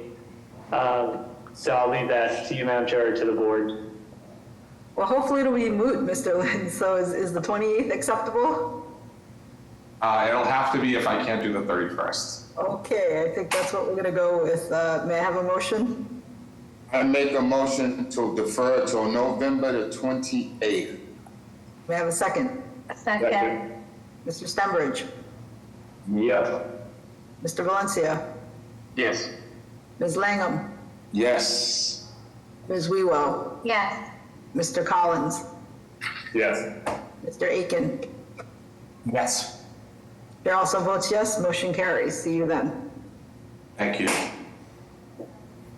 Any further requests for a withdrawal or deferral from this time frame? Hearing none, we'll move on to Attorney Tim Frazier, I believe, just raised their hand. Excuse me. Sorry about that. Yep, Timothy and sent a request on both of you. Go ahead. Thank you. It's not for this matter. Are you seeking a deferral on a matter, or? You just need to be elevated? I was just seeking to be elevated to panel. Oh, okay. Sorry, yeah, thank you. Yeah, I didn't need that. Okay, Mr. Stenbridge. Okay, then we'll move on to case BOA 1456727 with the address of 270 Sumner Street. Is the applicant and or their representative present to explain the request for the case? Yes, good afternoon, Madam Chair, members of the board. Richard Lins, business address of 245 Sumner Street, East Boston. On behalf of the petitioner, Evandro da Silva, with me is Tria Larea, who is the project architect for this. Very brief history, Madam Chair. This project was originally heard by the board as a proposed 4-unit dwelling with a vertical addition and rear addition. The board had denied that request. I'm not sure the exact date, but previously the board had denied that without prejudice. The suggestion of the board, as well as the BPDA, was to reduce the height of the building from 4 stories to 3 and to consider modifications to the density and number of units. We've done that. This project now is a 3-unit dwelling. I think the BPDA's recommendation still has it as 4. We are proposing as a 3-unit dwelling, to remain 3 stories as well. If we could advance the slide, I believe to 6 would be good, slide 6.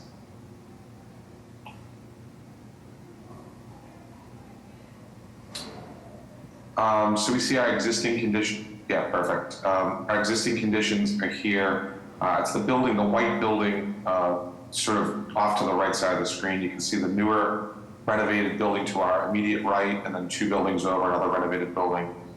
This is a pre-existing non-conforming structure. It is currently used and occupied as a 3-unit dwelling. There is no change in use. The current zoning does allow for a 3-unit dwelling, so it would be a pre-existing conforming use. The new zoning for the area is also contemplating this type of use, so there's no issue with respect to that. If we want to slide down to the next slide, I believe we can go to slide 9, please.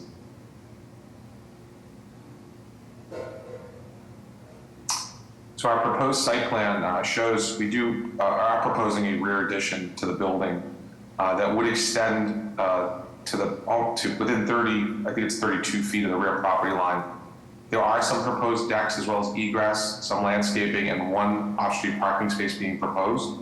The site currently doesn't have any parking, no parking is required, but the introduction of 1 parking space is being proposed in connection with this. It doesn't necessarily create any specific violation of the zoning. I just want to point that out for the board. As you can see from the addition, we do set our addition back at least, I believe it's 1.8 feet on the left and about 3.2 feet on the right side.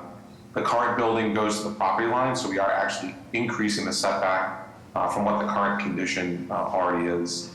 The addition would be a full addition to the rear, so it will be the same height as the current building that's existing. If we could slide back 1 slide, not advance it, go back, we could show you the actual rendering. So this is our proposed rendering of what the site, or what the project would look like upon completion. So in addition to the interior renovation of the addition, we are going to give the front of the building a facelift, consistent with a number of the other projects that have been recently approved or under construction on this block of Sumner Street. So I just wanted the board to have an opportunity to see that rendering as well. Next slide we can jump down to is, let's go to 13. So a little better view of the architectural site plan showing the extent of the addition, how we do pull it in, both left and right, the decks, the stairwell, and then the landscape buffer area with a compact parking space in the back. There's access from that place. We can jump to the next slide. I believe we have our floor plans. Let's start here. Juice that down a little bit. So in our basement level, we do show some amenity space for the building. It's not necessarily being used as habitable space. It'll just be occupied for utilities, some storage, and some other amenity space. The units would actually be organized on levels 1, 2, and 3. These are all 3-bedroom, 2-bath units, generously sized over 1,250 square feet, which is something we repeatedly hear in the neighborhood to allow for family-sized units. And we believe this addition will allow us to create 3 of those units, or three units that are consistent with those types of sizes. Next slide, please. Our 3rd level is here. Again, very similar to what we see on levels 1 and 2. We are proposing a roof deck that would be accessed by hatch, and it is intended to be used only for unit 3, so the exclusive unit 3 only. The rear decks, each of the units have a rear deck as well. Next slide, please. As you can see here, the front and rear elevations, you can see the glass rail that we're proposing, our cable rail for the rear decks and the glass rail for the upper roof deck to minimize some of the impact in the sight lines for that. Next slide, please. This is our left side elevation. Because the addition is within 3 feet, we don't incorporate any windows. You'll see on the next slide, we do have on the right side, but we have that roof deck that is set back a good distance from the front portion of the property, so barely visible from the street. And you can see the hatch that would access up to that roof deck for the exclusive use of unit 3. Next slide, please. Our right side elevation showing the addition as well as the windows that can be incorporated because of the ability to have that setback on the right side. I believe that's all we have on that front. Let me talk a little about the zoning. The current zoning, as I said, 3 units is permitted as a matter of right. The relief that is necessary under the current zoning involves the required 2.5-foot setback for the building. As I said, the building itself does not have any side yard setback currently. The left side of the addition would be within that 2.5 feet slightly, so it's a 1.8 foot setback on the left side. It is compliant on the right side at 3.2 feet, so the relief under the current code would be that side setback. I know the BPDA's recommendations talk a little bit about the desired outcomes for setbacks on buildings, bearing in mind that this is a renovation of existing building, not proposed new construction. So we are somewhat limited on how to align the setbacks for this addition based upon how we're trying to lay the units out and maximize the ability to create habitable units for a family-sized unit. We believe everything else about this project is quite consistent with Planning Boston's goals, including that we are maintaining this as a 3-unit dwelling, which is what it's currently occupied for, and we're staying within the height limit that is set forth under Article 53, and I believe what's proposed as well. I know the BPDA's recommendation on this one was also denial without prejudice, but I think this is an example of a project that will result in a much more improved product in the neighborhood and certainly provide much better living arrangements than currently exist, in addition to improved increased life safety of the building. So we believe this would be appropriate for approval. Happy to answer any questions of the board. Thank you, Mr. Lins. Questions from the board? Yes, Madam Chair. Okay. Have 2 questions. One is the building currently occupied, or are residents being displaced or offered housing after renovation? And 2, can you speak to the reason why the parking is needed in the rear rather than open space? Yeah, I believe, my understanding is there are 2 units that are, I believe 2 units that are occupied. They are leased.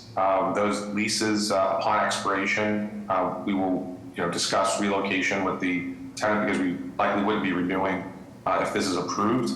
As for the additional parking space to the rear, it was viewed as an opportunity to create one off-street parking space without the introduction of a curb cut, which I know the city is not necessarily fond of. So the space would just simply be an amenity for the building.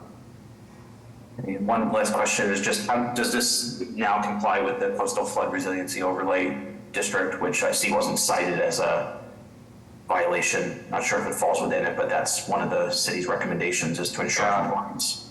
Yeah, and through the chair mistake, I do see this Coastal Flood Resiliency Overlay District cited a lot in the BPDA recommendations. My understanding as of today is that Article 25A does not apply unless you are triggering the threshold of Article 80 review. These buildings or these projects are well below that threshold, and therefore to design this to be consistent would be a substantial hardship if there was 25A requirement. This building, I think we can incorporate certainly some design elements, and I'm sure Tria could talk about that, but I don't believe a full compliance is required, and I don't know that we're able to do that. As you know, we don't have any livable, habitable space in the ground level or below grade, so that's one of the elements that certainly is taken into consideration, but full compliance is not required. Thank you. Okay. I have a question, Madam Chair. Yes. So looking at the recommendation as well, can you talk to or speak to the basement addition in a flood risk area? Sure. My understanding... The decision to build in that area, I guess. Yeah, my understanding is we're not proposing any habitable space. It's storage and workout office only. But I don't believe we're, Tria, if you can confirm, I don't believe we're not in flood A or flood AE in this location. So I don't believe that's specifically an issue. I think if anything, we're in flood X. Okay. Yeah, I know that they had mentioned it again, with this coastal flood resiliency overlay, certainly within that district, but that's only triggered at the Article 80 level, not necessarily at the smaller project level. Yeah, I mean, they're saying the flood risk area, so that makes me think maybe this area has known flooding issues, and sort of the decision to place additional massing in that area is questionable to me. Yeah, so if you bear with me I think I usually include, at least I included in this one. If we could scroll down, I don't know if I have the refusal letter included, but let's take a quick look.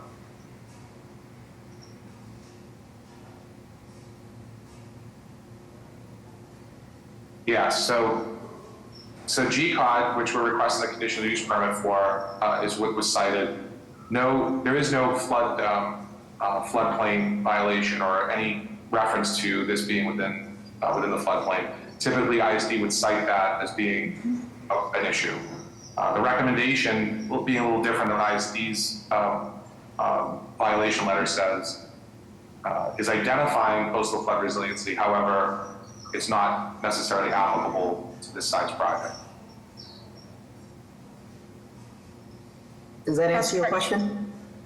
I think so. I think we're talking about two different things, but we can move on.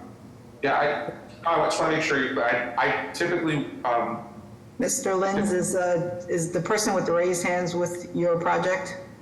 Joy Street? yes, that's Tria Lorena, sorry. Yes, she probably answered. Yes, I think she's trying to answer the question. Thank you. I just wanted to add that we are proposing moving the mechanical systems to the units themselves. Even though we're not in the flood zone with this project. So we're looking at it as an improvement over what exists currently, and even though the basement is currently dry and we're not in the flood zone, we're looking at that as a proposed benefit to the future development of the programming upstairs. Thank you. Okay, let's move on to public testimony.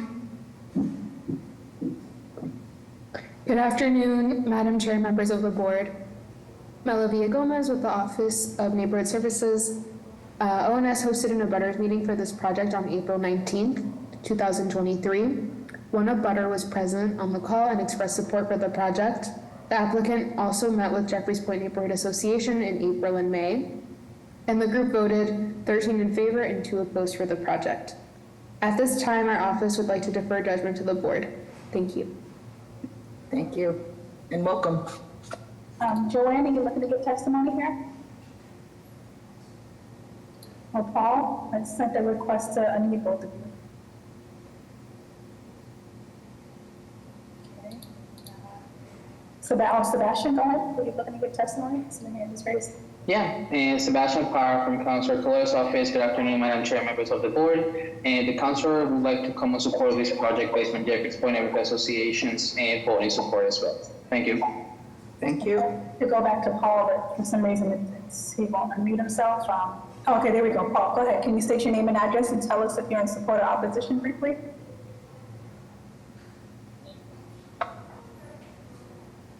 Okay, might be having some connectivity issues.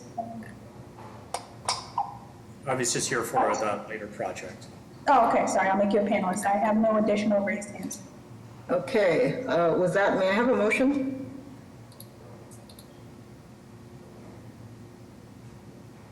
I'll make a motion to approve with EPDA design review, and I guess I'd like to say, and with attention to mechanicals that are not on the ground floor or basement levels. May I have a second? Second. Mr. Stenbridge? Yeah. Mr. Valencia? Yes. Mr. Langham? Yes. Ms. Wewell? Yes. Mr. Collins? Yes. Mr. Aiken? Yes. Chair also votes yes, motion carries. Good luck. Thank you very much. Next, we will go to case BOA 1461678 with the address of 106 Moore Street. Is the applicant and/or their representative present to explain their request to the board? Yes, good afternoon, again, Madam Chair, members of the board. Richard Linz, 245 Sumner Street, East Boston, on behalf of the petitioner, Tequila Development, regarding the project at 106 Moore Street. This is our first presentation of this project, although I know sometimes it's on for rediscussion. I believe we deferred it, administrative deferral previously. I will get into the quick overview. I just also want to introduce Eric Zackerson, who's our project architect. If we want to jump down to the next, I believe it's the next 2 slides. Yeah, perfect. So quick overview, we're looking at an existing single-family dwelling. Hey, I just wanted to talk quickly. Richie called and he said that the, Tria. Thank you.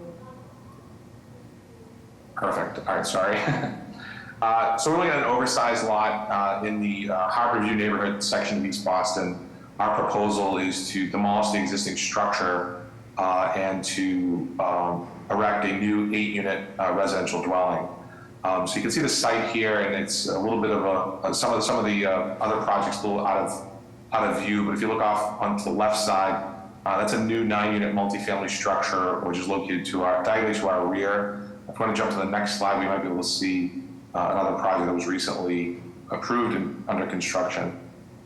So further up Moore Street towards, you can see on the right side of the screen, we have the MBT right away. There's a large vacant lot, gets the foundation going in currently.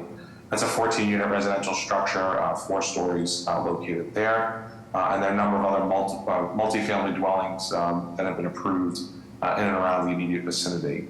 Next slide, please.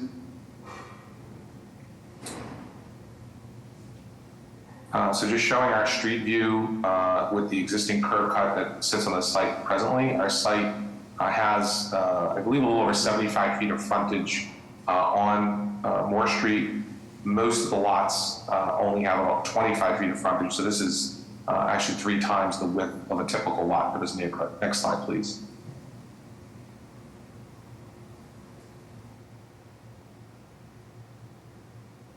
Just to give you a little bit more of the surrounding context, this is looking back towards Bennington Street, which is the main street, closest intersecting Main Street. Next slide, please.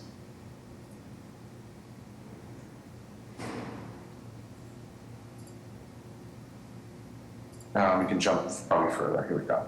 So this time I asked Eric Zackerson to walk us through the building design. If we could stop on that rendering there, and then we'll talk a little bit more of the details for purposes of the layout. So Eric, if you could just walk us through the design. Yeah, thank you, Rich. So what you see on the screen here is the rendering, which is kind of, we haven't gone through the plans yet, but one of the things that we looked at the site, as Rich mentioned, as potentially is 75 feet wide, potentially a series of 3 triple deckers. We decided for a couple of reasons in order to minimize the curb cuts, in order to maximize the energy efficiency of the building, to design an 8-unit building here.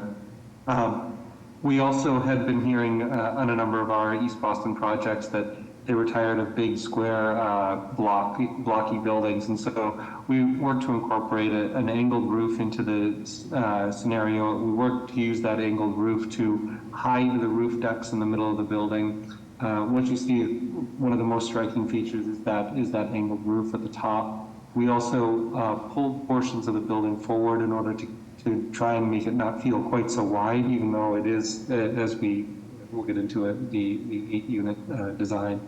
The base of the building would be something kind of reminiscent of the masonry base we see in a lot of the buildings in East Boston.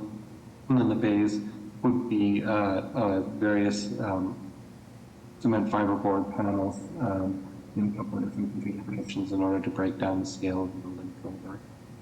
On the left here, you see the single driveway that goes into the rear, and we're going to overhang that a little bit in order to allow the building to be bigger than it might be otherwise on the front, but not extend so far into the back of the property. Next slide.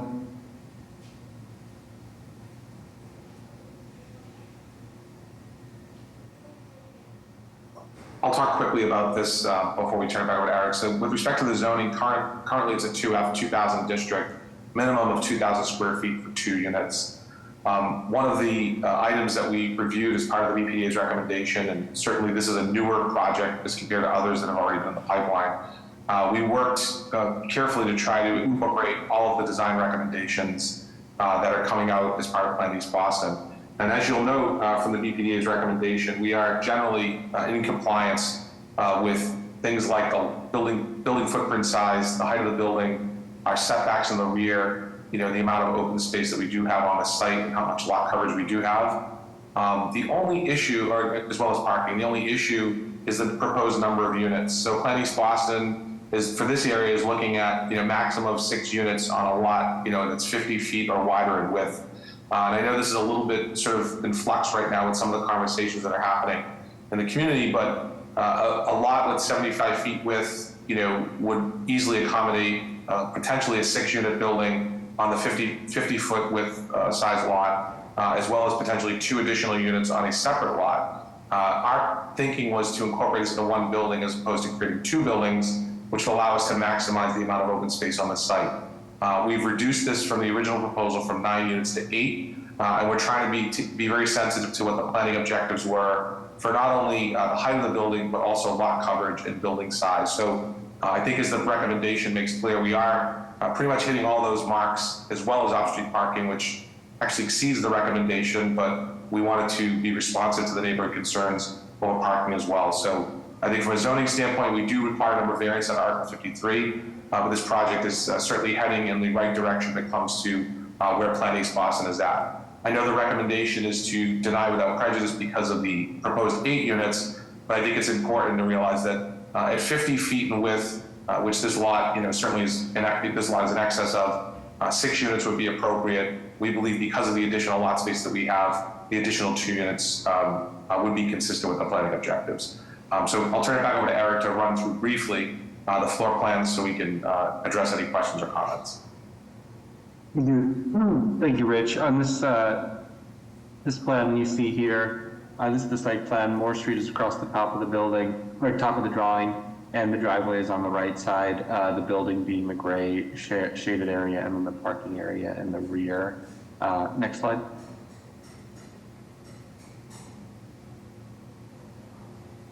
Yeah, and the rendering, again, that we had talked about earlier. Next slide, please. So this first floor plan shows that Moore Street on the right side, the driveway coming across the bottom of the page, and then entering into the surface parking area in the rear of the building. The building is, the ground floor has 2 residential units, which we'll see on the next page. You'll notice that in keeping with complete streets, we have pushed the building back so that some of the sidewalk would extend onto our property, and that would allow for a couple of new street trees to be planted and still have a healthy 7-foot walking zone between the face of the building and the street tree. Next slide, please. So this shows the 2 Group 1 units, which would be located on the first floor. Both of these access 36-inch wide doors throughout the units. Next slide.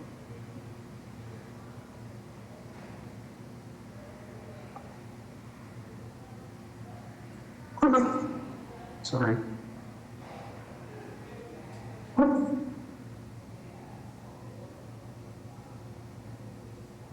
And then the top 2 floors are going to have 900 to 1,000 square foot, 2-bedroom, 2-bath units, really spaciously sized around that central stand. Next slide. And then these 3 units have private dedicated roof decks that, as I mentioned earlier, you'll see on the next slide, are located towards the center of the site. And the roof is designed to hide them from the neighboring properties. Next slide.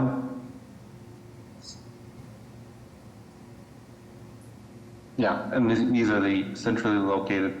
Yeah, part of the idea of the sloped roof is that we would be able to better accommodate future solar panels and to allow for enough space for the mechanical equipment and supporting equipment to be in the center of the building, far from the neighbors, far from the street line. Next slide.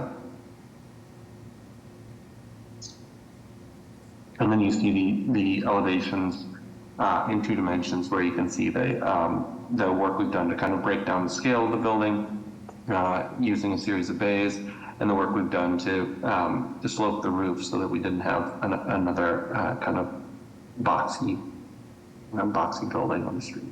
Next slide.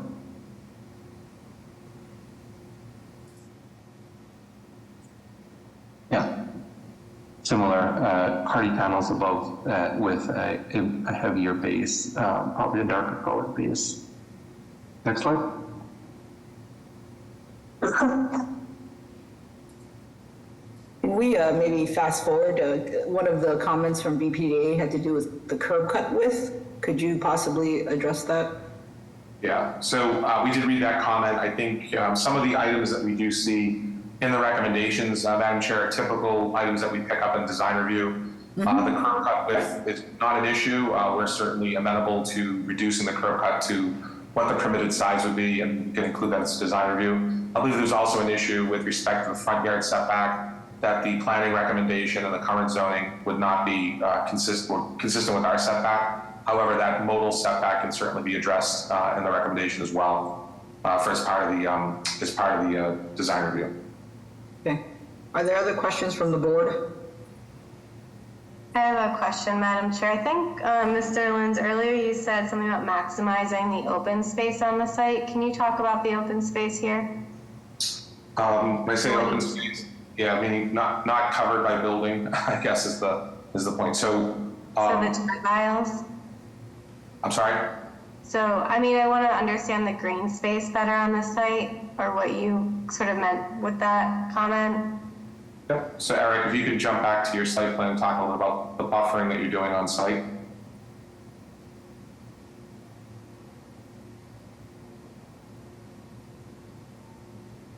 One of the early comments from our direct abutter to the right side or left side of this page had to do with screening and buffering, and so we made sure that we incorporated a 3-foot zone for green space there. And then above that, we tried to incorporate decks, as I said, the roof decks and the rear and side yard decks for the majority of the units, but we were actually asked to remove or keep decks away from that neighbor on the left side. And so we had pulled everything closer to the middle and further away from there, and eliminated the decks and reduced the windows that were on that side for that neighbor. Okay, I mean, I'm sort of aligning with the BPDA right now. I'm just disappointed to see the lack of green space on this site and sort of the decision to prioritize the cars and the paving and things like that. So that's where my thought process is at the moment. Through the chair, to Ms. Wewell, I agree with you. I think that this site certainly has the ability to be utilized for close proximity to Wood Island T Station. It's not that far of a walk from the train station. There's also a bus route less than two blocks away. We are still working on trying to balance some concerns that we do hear from residents in these neighborhoods about off-street parking. Parking seems to be sort of the ever-present issue anytime we propose any new project in the area. So we were trying to balance that with not only the amount of lot coverage for the building, but also to ensure that we're addressing some of the parking concerns that we did here. But we certainly can work with BPDA on design to try to beef up some of this green space or open space on the site, if that's part of the recommendation of the board. Mr. Lenz, do you have feedback? Well, we'll hear this in the community process, but just want to understand where you landed on that parking number. I believe we're at 9 spaces total, so it's 1 space per unit with 1 additional spot. Neighbors wanted a higher ratio. I think we were actually hoping for a lower ratio, but 9 was the number total. Well, it will be comfortable for you. I'm sorry, Madam Chair. Just a follow-up question on the parking. What number of parking spaces will be comfortable for the project, on your opinion? I think for BTD's guidelines on, the appropriate ratios, this is intended for condo homeownership. So maximum parking for this area in East Boston, I believe maximum is 1 per unit, a 1-to-1 per unit. Anything inside of 1, even though it doesn't comply with current zoning, would comply with BTD's recommendation for maximum parking. Thank you. I agree with what Ms. Wewell said about the parking. I just see that the entire open space is covered with asphalt. The quality of life for the new residents is going to be diminished because the priority for the open space is for the cars. So I would like to hear from the community, but I just think that converting the whole open space for parking is not appropriate for anyone, especially for a project of this magnitude. And I do believe that's consistent with the future planning spots. And I know that parking, the extent of parking, the maximum number of parking spaces is a priority. But again, our reasoning behind this was to address community comments and concerns, but certainly open and flexible to comments of the board and the BPDA on it. So maybe we can transition to a public testimony and see if what unfolds. Jessica? Sorry about that. I'm done here. Thought we were going to hear from ONS. I'll start with Mary. We're looking to get testimony here. Yes. Good afternoon, Madam Chair and members of the board. I'm the homeowner of 37 Horace Street, Unit 201. So I'm a neighboring homeowner. I'm in support of this project. I think there's a lack of housing, and this is very in line with the new developments in the area. I personally really like the curb appeal, and I want to speak to the lack of green space. As a homeowner in this area, I take advantage of the Greenway, Constitution Beach, the parks. We are a two-car home, so parking is actually the priority, especially when you think Boston winters and you have to remove your car from the sidewalk along with like street cleaning. For me as a homeowner and condo owner, parking is a priority, and I take more advantage of the green space locally in the community than I would on my personal property. Thank you for the opportunity to speak. Okay. I'll go to Devin. There's quite a few hands raised, so if you could just be brief, if you could briefly tell us if you want to support our Assistant Commissioner, sorry, I didn't hear us switch to the public comments. I'm sorry. If I could just, good afternoon, Madam Chair, members of the board. Malavia Gomez with the Mayor's Office of Neighborhood Services. ONS hosted an abutters meeting for this project on May 3rd, 2023. 7 abutters were present on the call and all expressed support for this project. The applicant met with the Harborview Neighborhood Association in August and then in September, and the group voted 30 in opposition and 11 in favor for the project. At this time, our office would just like to defer judgment to the board. Thank you. Thanks. Okay. And as I mentioned, there's quite a few hands raised. If we can go to Devin and then Rich, just be brief if you're in support or opposition. So we get to everyone. Thanks. Hi, my name is Devin Qualls. I am the direct abutter at 98 Moore Street, the one that was referenced in the schemas. And I just wanted to voice my support for this. I think the developer and his team have been really cognizant of working with the neighbors, especially those directly affected by this property and the change in its current use to a larger, more dense family structure. I also agree with the previous neighbor about the green spaces that, yes, there is going to be less green space on that lot, but if you see the current use for that green space, it's non-existent. So turning that into usable space, whether it be parking or more homes, is really in keeping with what the neighborhood needs. So thank you so much. Thank you. Rich? Hello, can you hear me? Yes. Madam Chair, members of the board, thank you for this opportunity to comment. My name is Rich Garland. I live at 37 Horace Street, Unit 102. I'd like to say that I'm in favor for this project. Contextually speaking, it fits. We need the housing. And I echo the thoughts of the previous abutters that there is significant green space that we all do use on a regular basis. And to Devin's point, what's being used currently is it's not great. So I am in favor of this project, and this is my third meeting, and I'll end with that. Thank you. Bye. Thank you. Kyle? Yes, good afternoon, Madam Chair, members of the board. This is Kyle Bowen. I am one of the owners at 37 Horace Street, Unit 301, and I wanted to express my approval for this particular development. Like a lot of my neighbors have already mentioned, in terms of green space, there's lots of access to that through the Greenway as well as the other neighboring parks. I think our community needs more development like this. And as far as the parking, a lot of the folks that would move into a building like this certainly would appreciate having the off-street parking and then would take advantage of the neighboring parks. So I'll keep my comments brief, but thank you for the opportunity to comment. Thank you. Want to keep going? No. We'll take, how many more raised hands do you see? 3? Keep it going? No, okay. Austin? Yes, good afternoon, Madam Chair. My name is Austin Taylor. I'm a resident at 82 Moore Street, Unit 4. I would like to show my support towards this project. I agree with Rich Dearline as well as Kyle's comments in terms of the green space, as well as, homeowners having the ability to have at least a parking space. Obviously, we know the winters are torturous here, very treacherous, and having at least that one space would be good. In terms of like the green space that's available now, I think there's plenty of it now in terms of the parks and stuff. Thank you. Thank you. Tommy?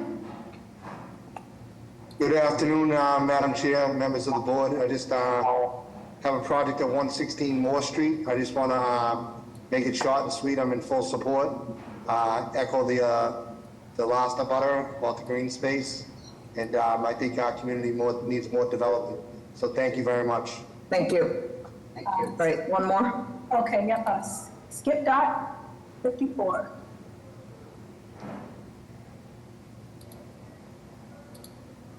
Skip Dot? No, okay. Yeah. Sending a request to raise your hand, but it's not going. Sure if we can receive it.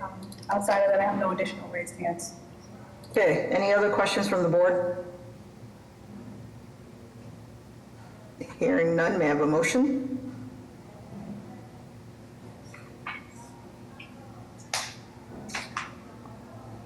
Madam Chair, I'll put forward a motion.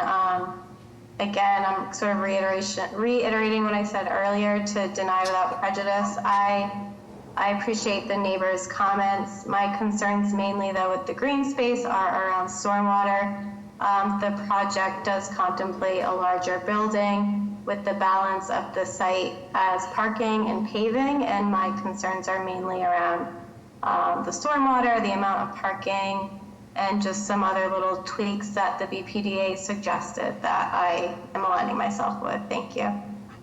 Is there a second? Yes, I'll second that motion. Mr. Stenbridge? No. In this case, I will go with the neighbors. There is a lot of green space in as far as I know, in that part of East Boston. And I believe they voiced their priorities, sure. Thank you. Mr. Valencia? I will vote no, because I still believe that the housing units are important, and that the parking and open space can be improved with BPDA review. Mr. Langham? No. Ms. Wewell? Yes. Mr. Collins? I'm going to vote no. I think the neighbors have spoken. They want the parking. Mr. Aiken? Yes. The chair votes no, the motion does not carry. Is there another motion? A motion to approve with BPDA design review. Is there a second? Second. Mr. Stenbridge? Yes. Mr. Valencia? Yes. Mr. Langham? Yes. Ms. Wewell? No. Mr. Collins? Yes. Mr. Aiken? No. The chair votes yes, the motion carries. Thank you very much. You're welcome. Next case? Next case is BOA 1491576 with the address of 338 to 344 Sumner Street. Is the applicant and or their representative present to explain the request to the board? Yes, good afternoon, me again, Madam Chair, members of the board. Richard Lins, 245 Summer Street, East Boston, on behalf of the petitioner. That's the Petroselli Family Trust, with Ms. Trey Larea from Joy Street Design, with respect to this particular proposal. Madam Chair, this is the first presentation for this project. We've not requested any deferrals on this, I don't believe. So this is the first time I believe the board's seeing this. Let me start with, if we can jump down to, I believe, slide 2 or 3, just to show some quick neighborhood context with respect to this proposal. Thanks. Yeah, this is probably a good slide to start here. So what we're looking at is the intersection of Cottage and Summer Street in the Jeffreys Point section of East Boston. Our building is located on the corner, which is the lower right side of your screen. As you can see, has a rooftop structure as a 4th story, as well as a lower level brick area. This building is currently mixed-use, zoned mixed-use residential with ground level commercial. Our proposal would do a complete renovation of the interior and the exterior, as well as square off this upper 4th level to allow for 6 residential units and the lower level to be reintroduced as ground level retail. It's currently inactive, and this is a pretty popular intersection, almost a gateway intersection to the remaining portions of Jeffreys Point. So if we can scroll down, I can show the board what the architects have designed for how to reimagine the site. Maybe jump down to slide 9 so we can show the street view.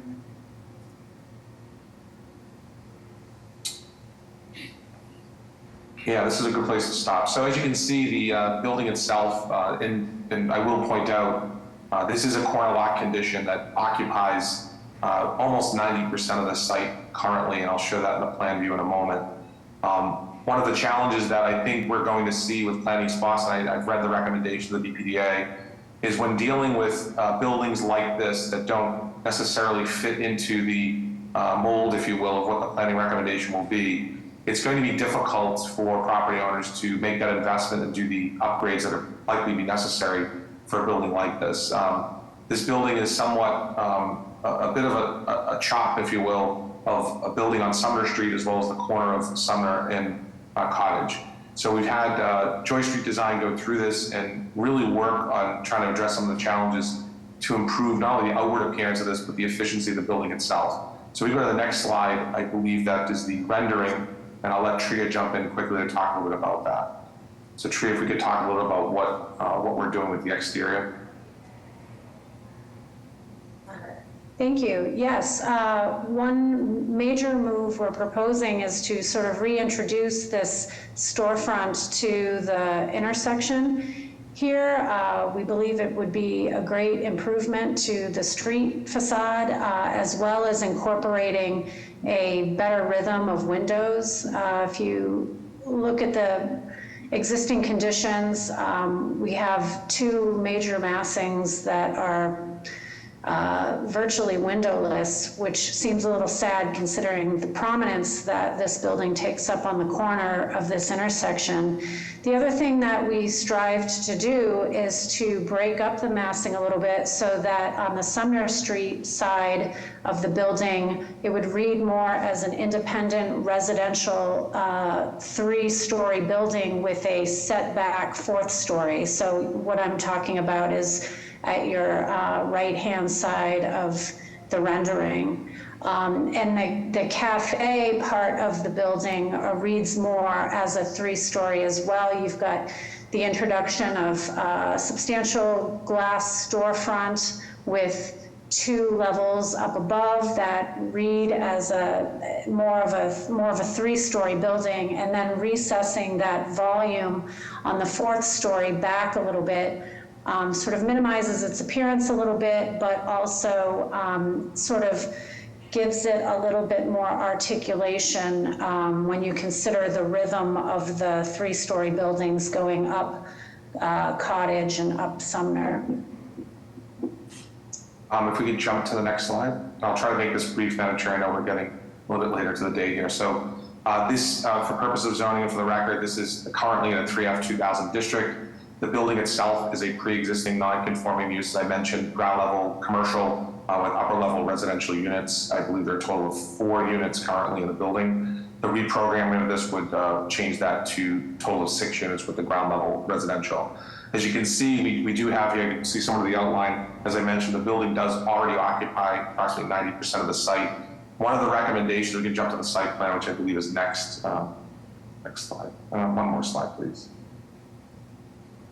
One of the recommendations talks about an area which is what I would say is the sort of internal to all these buildings in this area, the back portion of the Sumner Street property.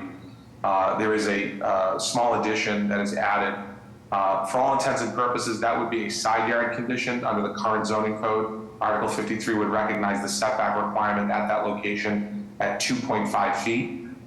It is currently at 8 feet. I believe we're reducing that down to be within 3 feet. So from an interpretation standpoint, it's one of the reasons why I pointed out that this is a corner lot condition. Even though this would be technically a rear yard, a side yard analysis would be appropriate under the current Article 53. I know that does change under Plan East Boston, but as I mentioned, this is a long-standing pre-existing building, and we're going to be challenged to try to meet all of the requirements of Plan East Boston and making a substantial renovation that this building needs. There are no other changes, at least in the footprint side of it, except for that rear addition on the back of the summer portion, but we do allow for a setback that would permit openings in the back portion of the property. Next slide, please. You can probably jump to the next one as well.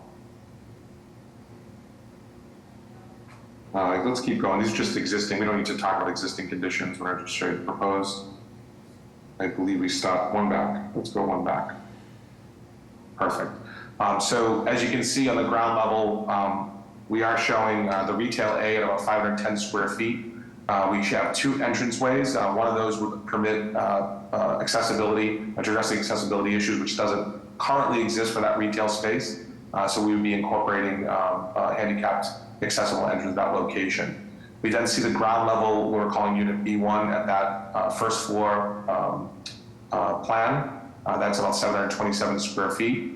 As we move up diagonally to the second floor plan, we have units A2 and B2. We show units A3 and B3 at the third floor. And if we scroll down to the fourth level, we show units A3 and unit B4, the upper levels. So what we're also incorporating here is roof decks that would be accessible from unit A3 and unit B4. And as you can see, the size of the units are roughly around all the same size, between 750 and maybe 810 square feet total, allowing for a mix of 2-bedroom and 1-bedroom plus units. Scroll down, please. I'll let Tria jump back in to just talk about the elevations and how we've sort of oriented this and what we're looking at. So Tria, if you just cover that for us briefly, that would be helpful.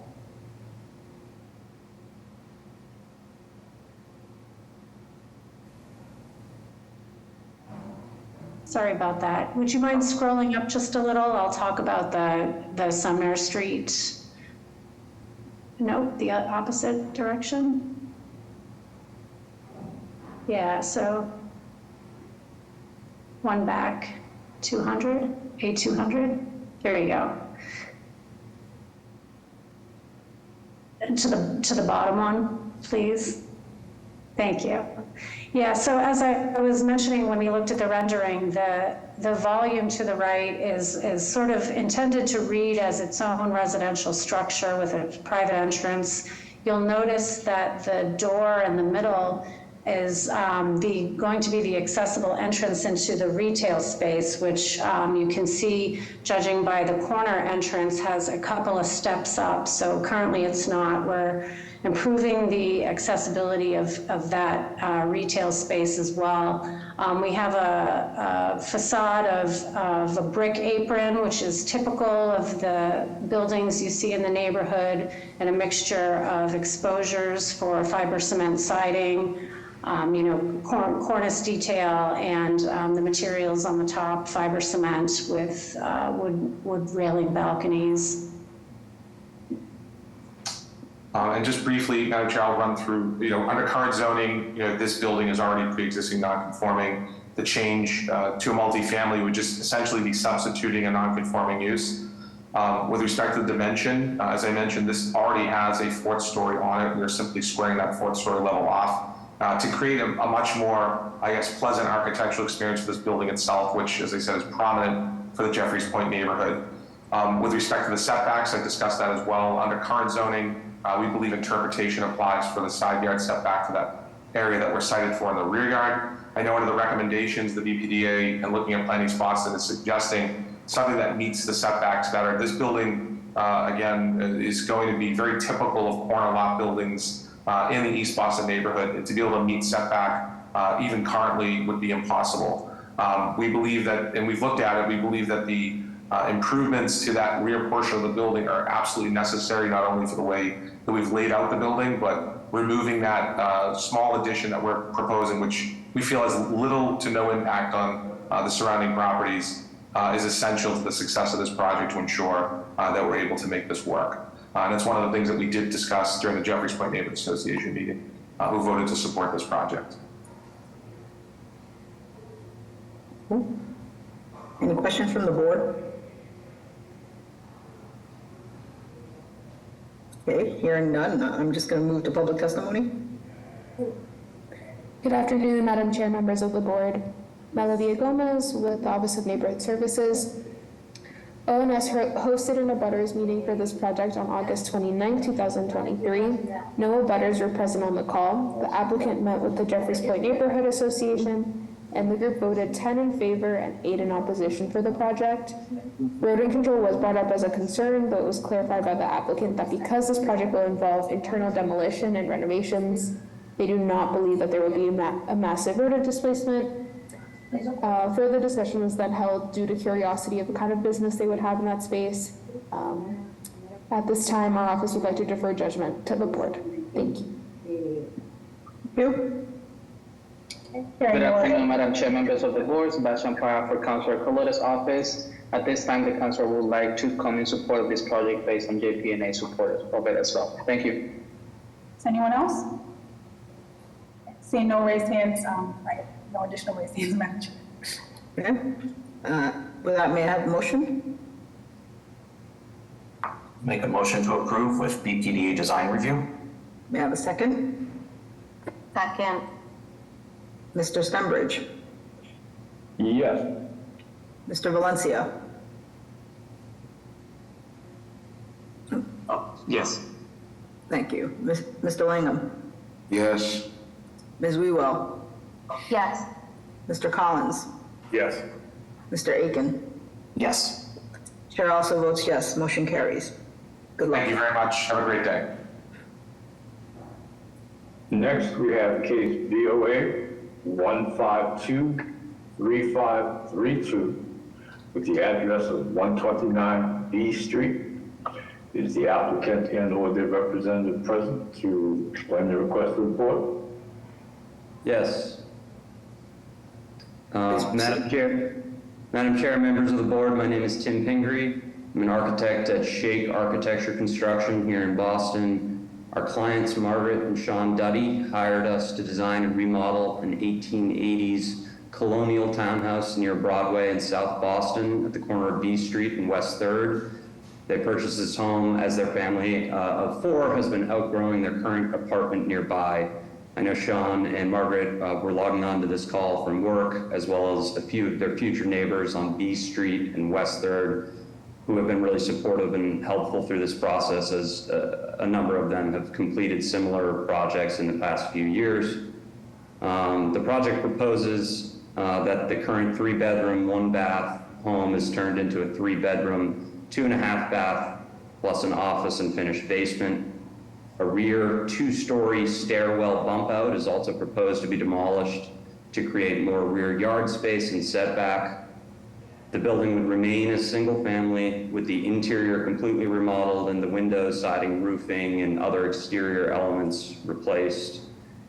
To meet our clients' goals of modernizing this home, our design process proposes front and rear facing shed dormers on the 3rd floor, which serve as the basis of our need for a variance. The dormers trigger Article 68 roof restrictions, as well as the rear and side setbacks.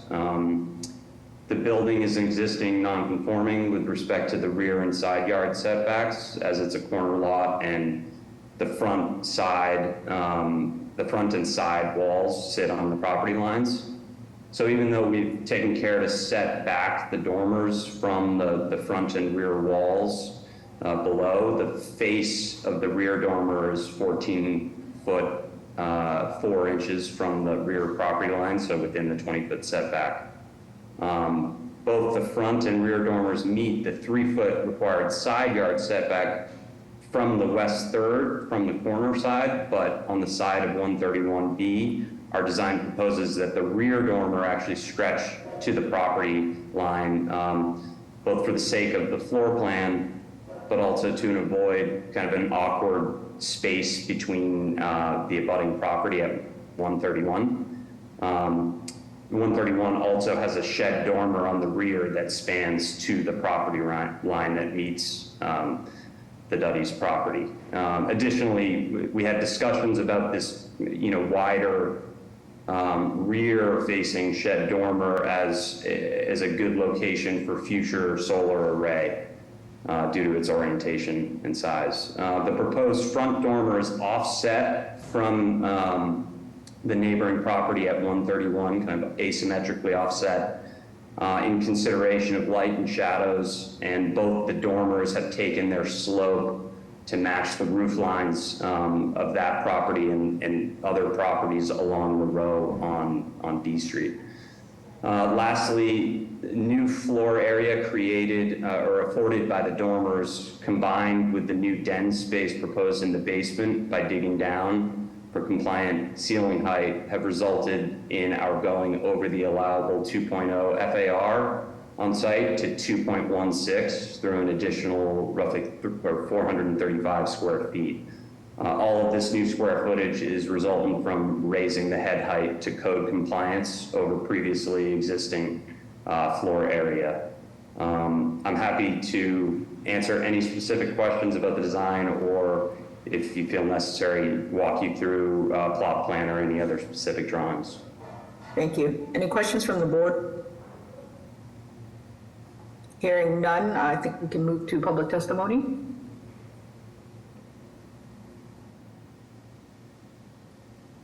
Yes, Madam Chair, members of the board, Connor Newman with the Mayor's Office of Neighborhood Services. At this time, the Mayor's Office would like to defer to the judgment of this board. An abutters meeting was hosted by ONS on August 23rd. 3 abutters attended and they voiced their support for this proposal. We're unaware of any concerns at this time. Thank you. Leanne? Oh, go ahead. Sorry, good afternoon, Madam District members of Ana Calderon from Council President Flink's office. The councilor would like to go on record or based on a positive process and a butter. The councilor respectfully requests that the proponent continues to work closely with neighbors on any quality of life issues during the construction phase. Thank you. Madam Chair, members of the board, Paul Sullivan, City Council at Large, Michael Flaherty. Acknowledging that there are certain projects that do warrant merit, even though they have violations under Article 68, the council feels that this is one of them, and let's go on record in support of this project. Thank you. Leanne? Sorry, go ahead. Sent the request in. Hi, this is Leanne Keenan. I live next door on the street. And I just wanted to voice our support for the project. Thank you. And at this point, I have no additional raised hands. Okay, with that, may I have a motion? I will make a motion to approve with with the proviso that the plans be submitted to the Department of Parks and Recreation for review per the BPA recommendation. May I have a second? Second. Mr. Stenbridge? Yes. Mr. Valencia? Mr. Valencia? Yes. Okay. Mr. Langham? Yes. Ms. Wewell? Yes. Mr. Collins? Yes. Mr. Aiken? Yes. Chair also votes yes, motion carries. Okay, we have 2 more cases. I'm going to ask the BPDA, the Article 80, to please help us keep moving forward. With that, we will start with, these are companion cases. The first one being an Article 80 cases. First being case BOA 1523713 with the address of 9 Bond Avenue. Next, we have case BOA 1533744 with the address of 11 Vaughn Avenue. With that, we have case BOA 1523749 with the address of 17 Vaughn Avenue. And the fourth companion case is BOA 1523753 with the address of 19 Vaughn Avenue. The applicants and the representative or the representative present to explain. Yes, good afternoon, Mr. Secretary, Madam Chair, Attorney Joseph Feaster from the law firm of Dane Torpy, 175 Federal Street, Suite 1500, Boston. I am joined by my colleague, Attorney Timothy Frazier. I am also would like to have added as a panelist, Mr. Ambassador, the applicant, Bashir Madamola, and also the presenter, he's already a panelist, will be from our architect, Paul Warkington. I just want to begin, Madam Chair, and I know you had a long day, so I won't belabor this, but I do want to state that I've been with this project from the beginning, over 3 years now, and two things have occurred personally for me. One, I'm a little bit grayer, and two, I have changed law firms. But the major point of this is that we've had a significant and extensive community process. We had 6 meetings with the Greater Baldwin Geneva Neighborhood Association. We met several times with Councilor Brian Worrell. We had 8 design review meetings with the BPDA. So we've had, and we have a letter of support both from the councilor and from the Greater Baldwin Geneva Neighborhood Association. This is a project which I'll have Mr. Paul Warrington go into in more greater detail, is an effort on the part of the applicant to construct a 45-unit residential development with 30 parking spaces on 4 parcels. And as I indicated, we had extensive community review and had the support in November, I believe it was of 2022, the BPDA board voted in favor of this project, in fact, November 17th. So with that introduction, I would ask Paul Warrington to give the presentation of the project. Thank you, Joe and Madam Chair. So one note just to begin is these 4 applications do belong to 4 individual buildings, but they are all interrelated as they will all be one. Paul, can you speak up a bit because you're not coming through loud enough? I'm sorry. They are all these 4 projects will all be interrelated as they will all be on a consolidated lot. So on our site plan here, we are located here with Vaughn Ave at the bottom. The site backs up onto an MBTA right-of-way at the top of the site, at the top of the drawing, with Geneva Avenue to the left and the 4 corners Geneva Station, also directly to the south of the site. That being the case, there's excellent access to public transit with the station right nearby, as well as the bus lines on Geneva Ave and Columbia Road. There are 2 existing buildings on the site. If we could go back to the previous slide. There are 2 existing buildings on the site. On the left is the building that we'll be retaining at 19 Vaughn Ave.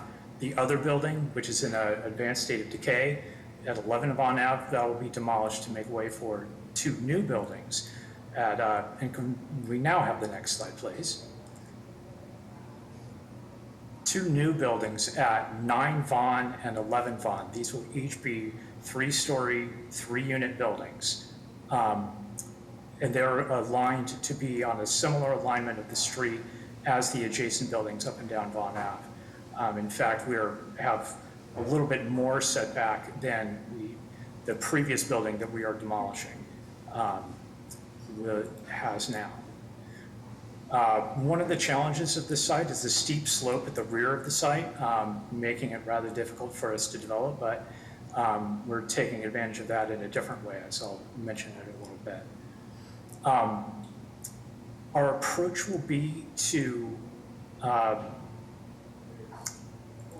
sorry. So our approach is to make a fuller utilization of site by maintaining that similar street front along Von Ave, keeping the existing buildings and those two new ones. And to allow for the increased density, we located a larger building that has 38 units to the rear of the site, where the mass of the building will be at the least impactful as the site backs up onto the MBTA right-of-way, and can also utilize that steeply sloped portion. And we will have a basement parking will all be contained within that area. And can I have the next slide, please? Can I have the next slide, please? Yeah, so this indicates the basement parking, and next slide. And thank you. And so on our main part of the site, so the relief the existing building to remain is at the lower corner, the lower left-hand corner of the slide here. We're not, the only variances we're looking for on that are for the site-wide open space and number of buildings on the site and floor area ratio, as noted. The side yard relief and rear yard relief that is being sought for the two front buildings, 9 and 11, are really for interior lot lines that our plan reviewer at ISD looked for. So those do not impact property lines. We are, however, looking for some relief at the rear lot line that again backs up to the MBTA right-of-way, going from 20 feet down to 10 feet, and also relief on the other side yard. While the building will be at 8 feet from that property line, there is an egress stair, a wooden egress stair that would go down the side of the building that would go to 4 feet to the go to the property line. So the relief we're looking for density, height, and setbacks will allow this project to respectfully increase the density, provide more residential units where the mass is less impactful. As I mentioned, the parking will be in that 30-space garage. The quantity of parking was agreed upon in our process with BPDA in a cooperative discussions and also after meetings with neighborhood groups. And that is all I have, and open to any questions. Great, thank you. Madam Chair, before you go to the public and to BPDA and to the officials, I just wanted to also add, we have included and submitted already for the board's preview and review 12 letters of support from abutters. So I want to make sure that was noted in the record. Thank you, Madam Chair. So noted, thank you. Any questions from the board? Hearing none. Oh, I'm sorry, go ahead. Quick question. Could you talk a little bit about the affordability?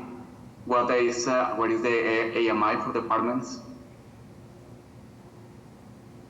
The affordability? Yes. What are the AMIs, he's asking? Yeah, thank you. Ms. Valencia, as I recall, I believe we have an increased amount. Maybe the applicant has that specific information in mind. Obviously, we have to at least comply with 13%, so it is at least that. But if it's greater than that, I just don't recall right at the moment. If you could make, Madam Ambassador, if you could make Mr. Matademola or either Mitch Fishman a panelist, they may be able to respond to that. The Article 80 packet mentions 10 IDP units. So there are 10 IDP units according to the article, yes, to the BPD. Thank you, but I didn't have that number in front of me, Madam Chair. Thank you very much. You're welcome. All right. Okay, can I move to public testimony? Good afternoon, Madam Chair, members of the board. Ashley Gomes from the Office of Neighborhood Services. This project was under BPDA review, which started engagement process late of 2021 until last fall. Very engaged with the neighborhood, With that, Greater Boulder and Geneva Neighborhood Association did provide full letter of support to this project. With that, we defer the judgment to this board. Thank you. Thank you. Ms. Platt, are you on? Yes, thank you, Madam Chair. The BPDA supports the recommendation of ZBA approval for the 9 to 19 Vaughan Avenue project. The project held 2 public meetings for this project in December of 2021 and October of 2022. Both were well attended and advertised in the local newspaper. The project also worked with local elected officials and community organizations on a supported community benefits package and IDP proposal, as you mentioned. Thank you. Thank you. Okay. Good evening, Madam Chair, members of the board. My name is Ayumide Onliwa from the Office of City Councilor Brian Worrell. And in response to the Vaughan parcels, as we've heard, they've gotten approval from both the Budding Civic and BPDA. With that, the councilor would like to follow suit and offer his support for the project as well. Thank you. And Madam Chair, I have a little bit, oh, go ahead. Madam Chair, members of the board, Paul Sullivan, City Council at Large, Michael Flaherty, like to recommend support. Thank you. And no one else, I have no additional raised hands. Okay, with that, may I have a motion? I'll put forward a motion to approve. May I have a second? Second. Mr. Stepbridge? Yes. Mr. Valencia? Yes. Mr. Langham? Yes, ma'am. Thank you. Ms. Wewell? Yes. Mr. Collins? Yes. Mr. Aiken? Yes. Chair votes yes, motion carries. Good luck. Thank you very much, Madam Chair, member of the board. Thank you. And next we have case BOA 1496081 with the address being 1295 to 1297 River Street. This is a cannabis related case. Would the applicant and or their representative explain to the board, please?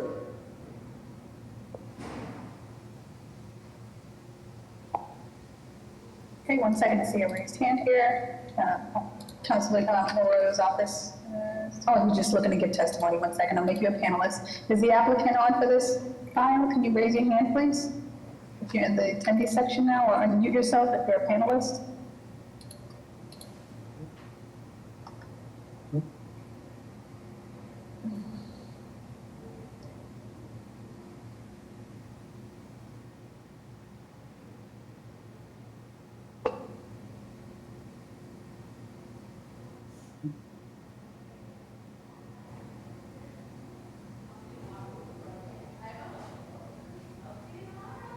Is there someone here to speak on behalf of 1295 River Street?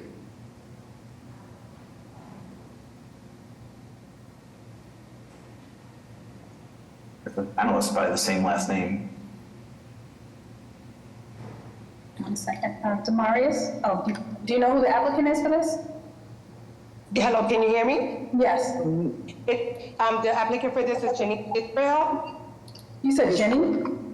Janice? Janice? Geneise? I'm sorry, I got taken off and put right back in. I'm sorry, are you part of the applicant? Are you also with the applicant, or are you just letting us know who the applicant is? No, I'm part of her consultation team. She was supposed to be on, so that's why I spoke, just to make sure she's supposed to be on in this meeting. Her and somebody else is going to speak for it. I know a little bit about the case, so has anyone else raised their hands?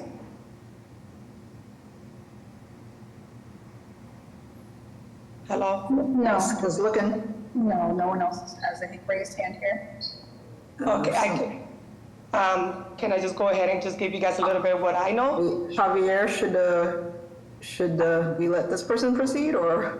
I mean, Madam Chair, if the applicant or their representative's not here, I would suggest to defer it to a later date. I don't know of anything of why they're not here currently, so. She was on here, and I know a little bit about the project. Like I said, I am part of the understand, but you're not the applicant? No, I'm not the applicant itself, yes.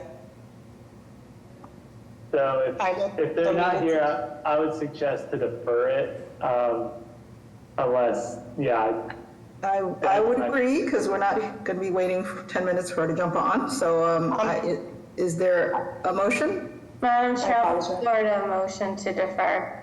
May I have a second? Second. Mr. Sturbridge? I'm sorry, Madam Chair, we could defer it to November 14th. Okay, November 14th, thank you. Please let the applicant know. I will. She was having problems with the communication where she sat, and I apologize for her, but I would definitely let her know. Thank you. Mr. Stenbridge? Yeah. Mr. Valencia? Yes. Mr. Langham? Yes. Ms. Wewell? Yes. Mr. Collins? Yes. Mr. Aiken? Yes. The chair votes yes, the motion carries. Meeting adjourned. Thank Yes, you, Madam everyone. Chair. Have a good day, folks. Thank you, everyone. Thank you.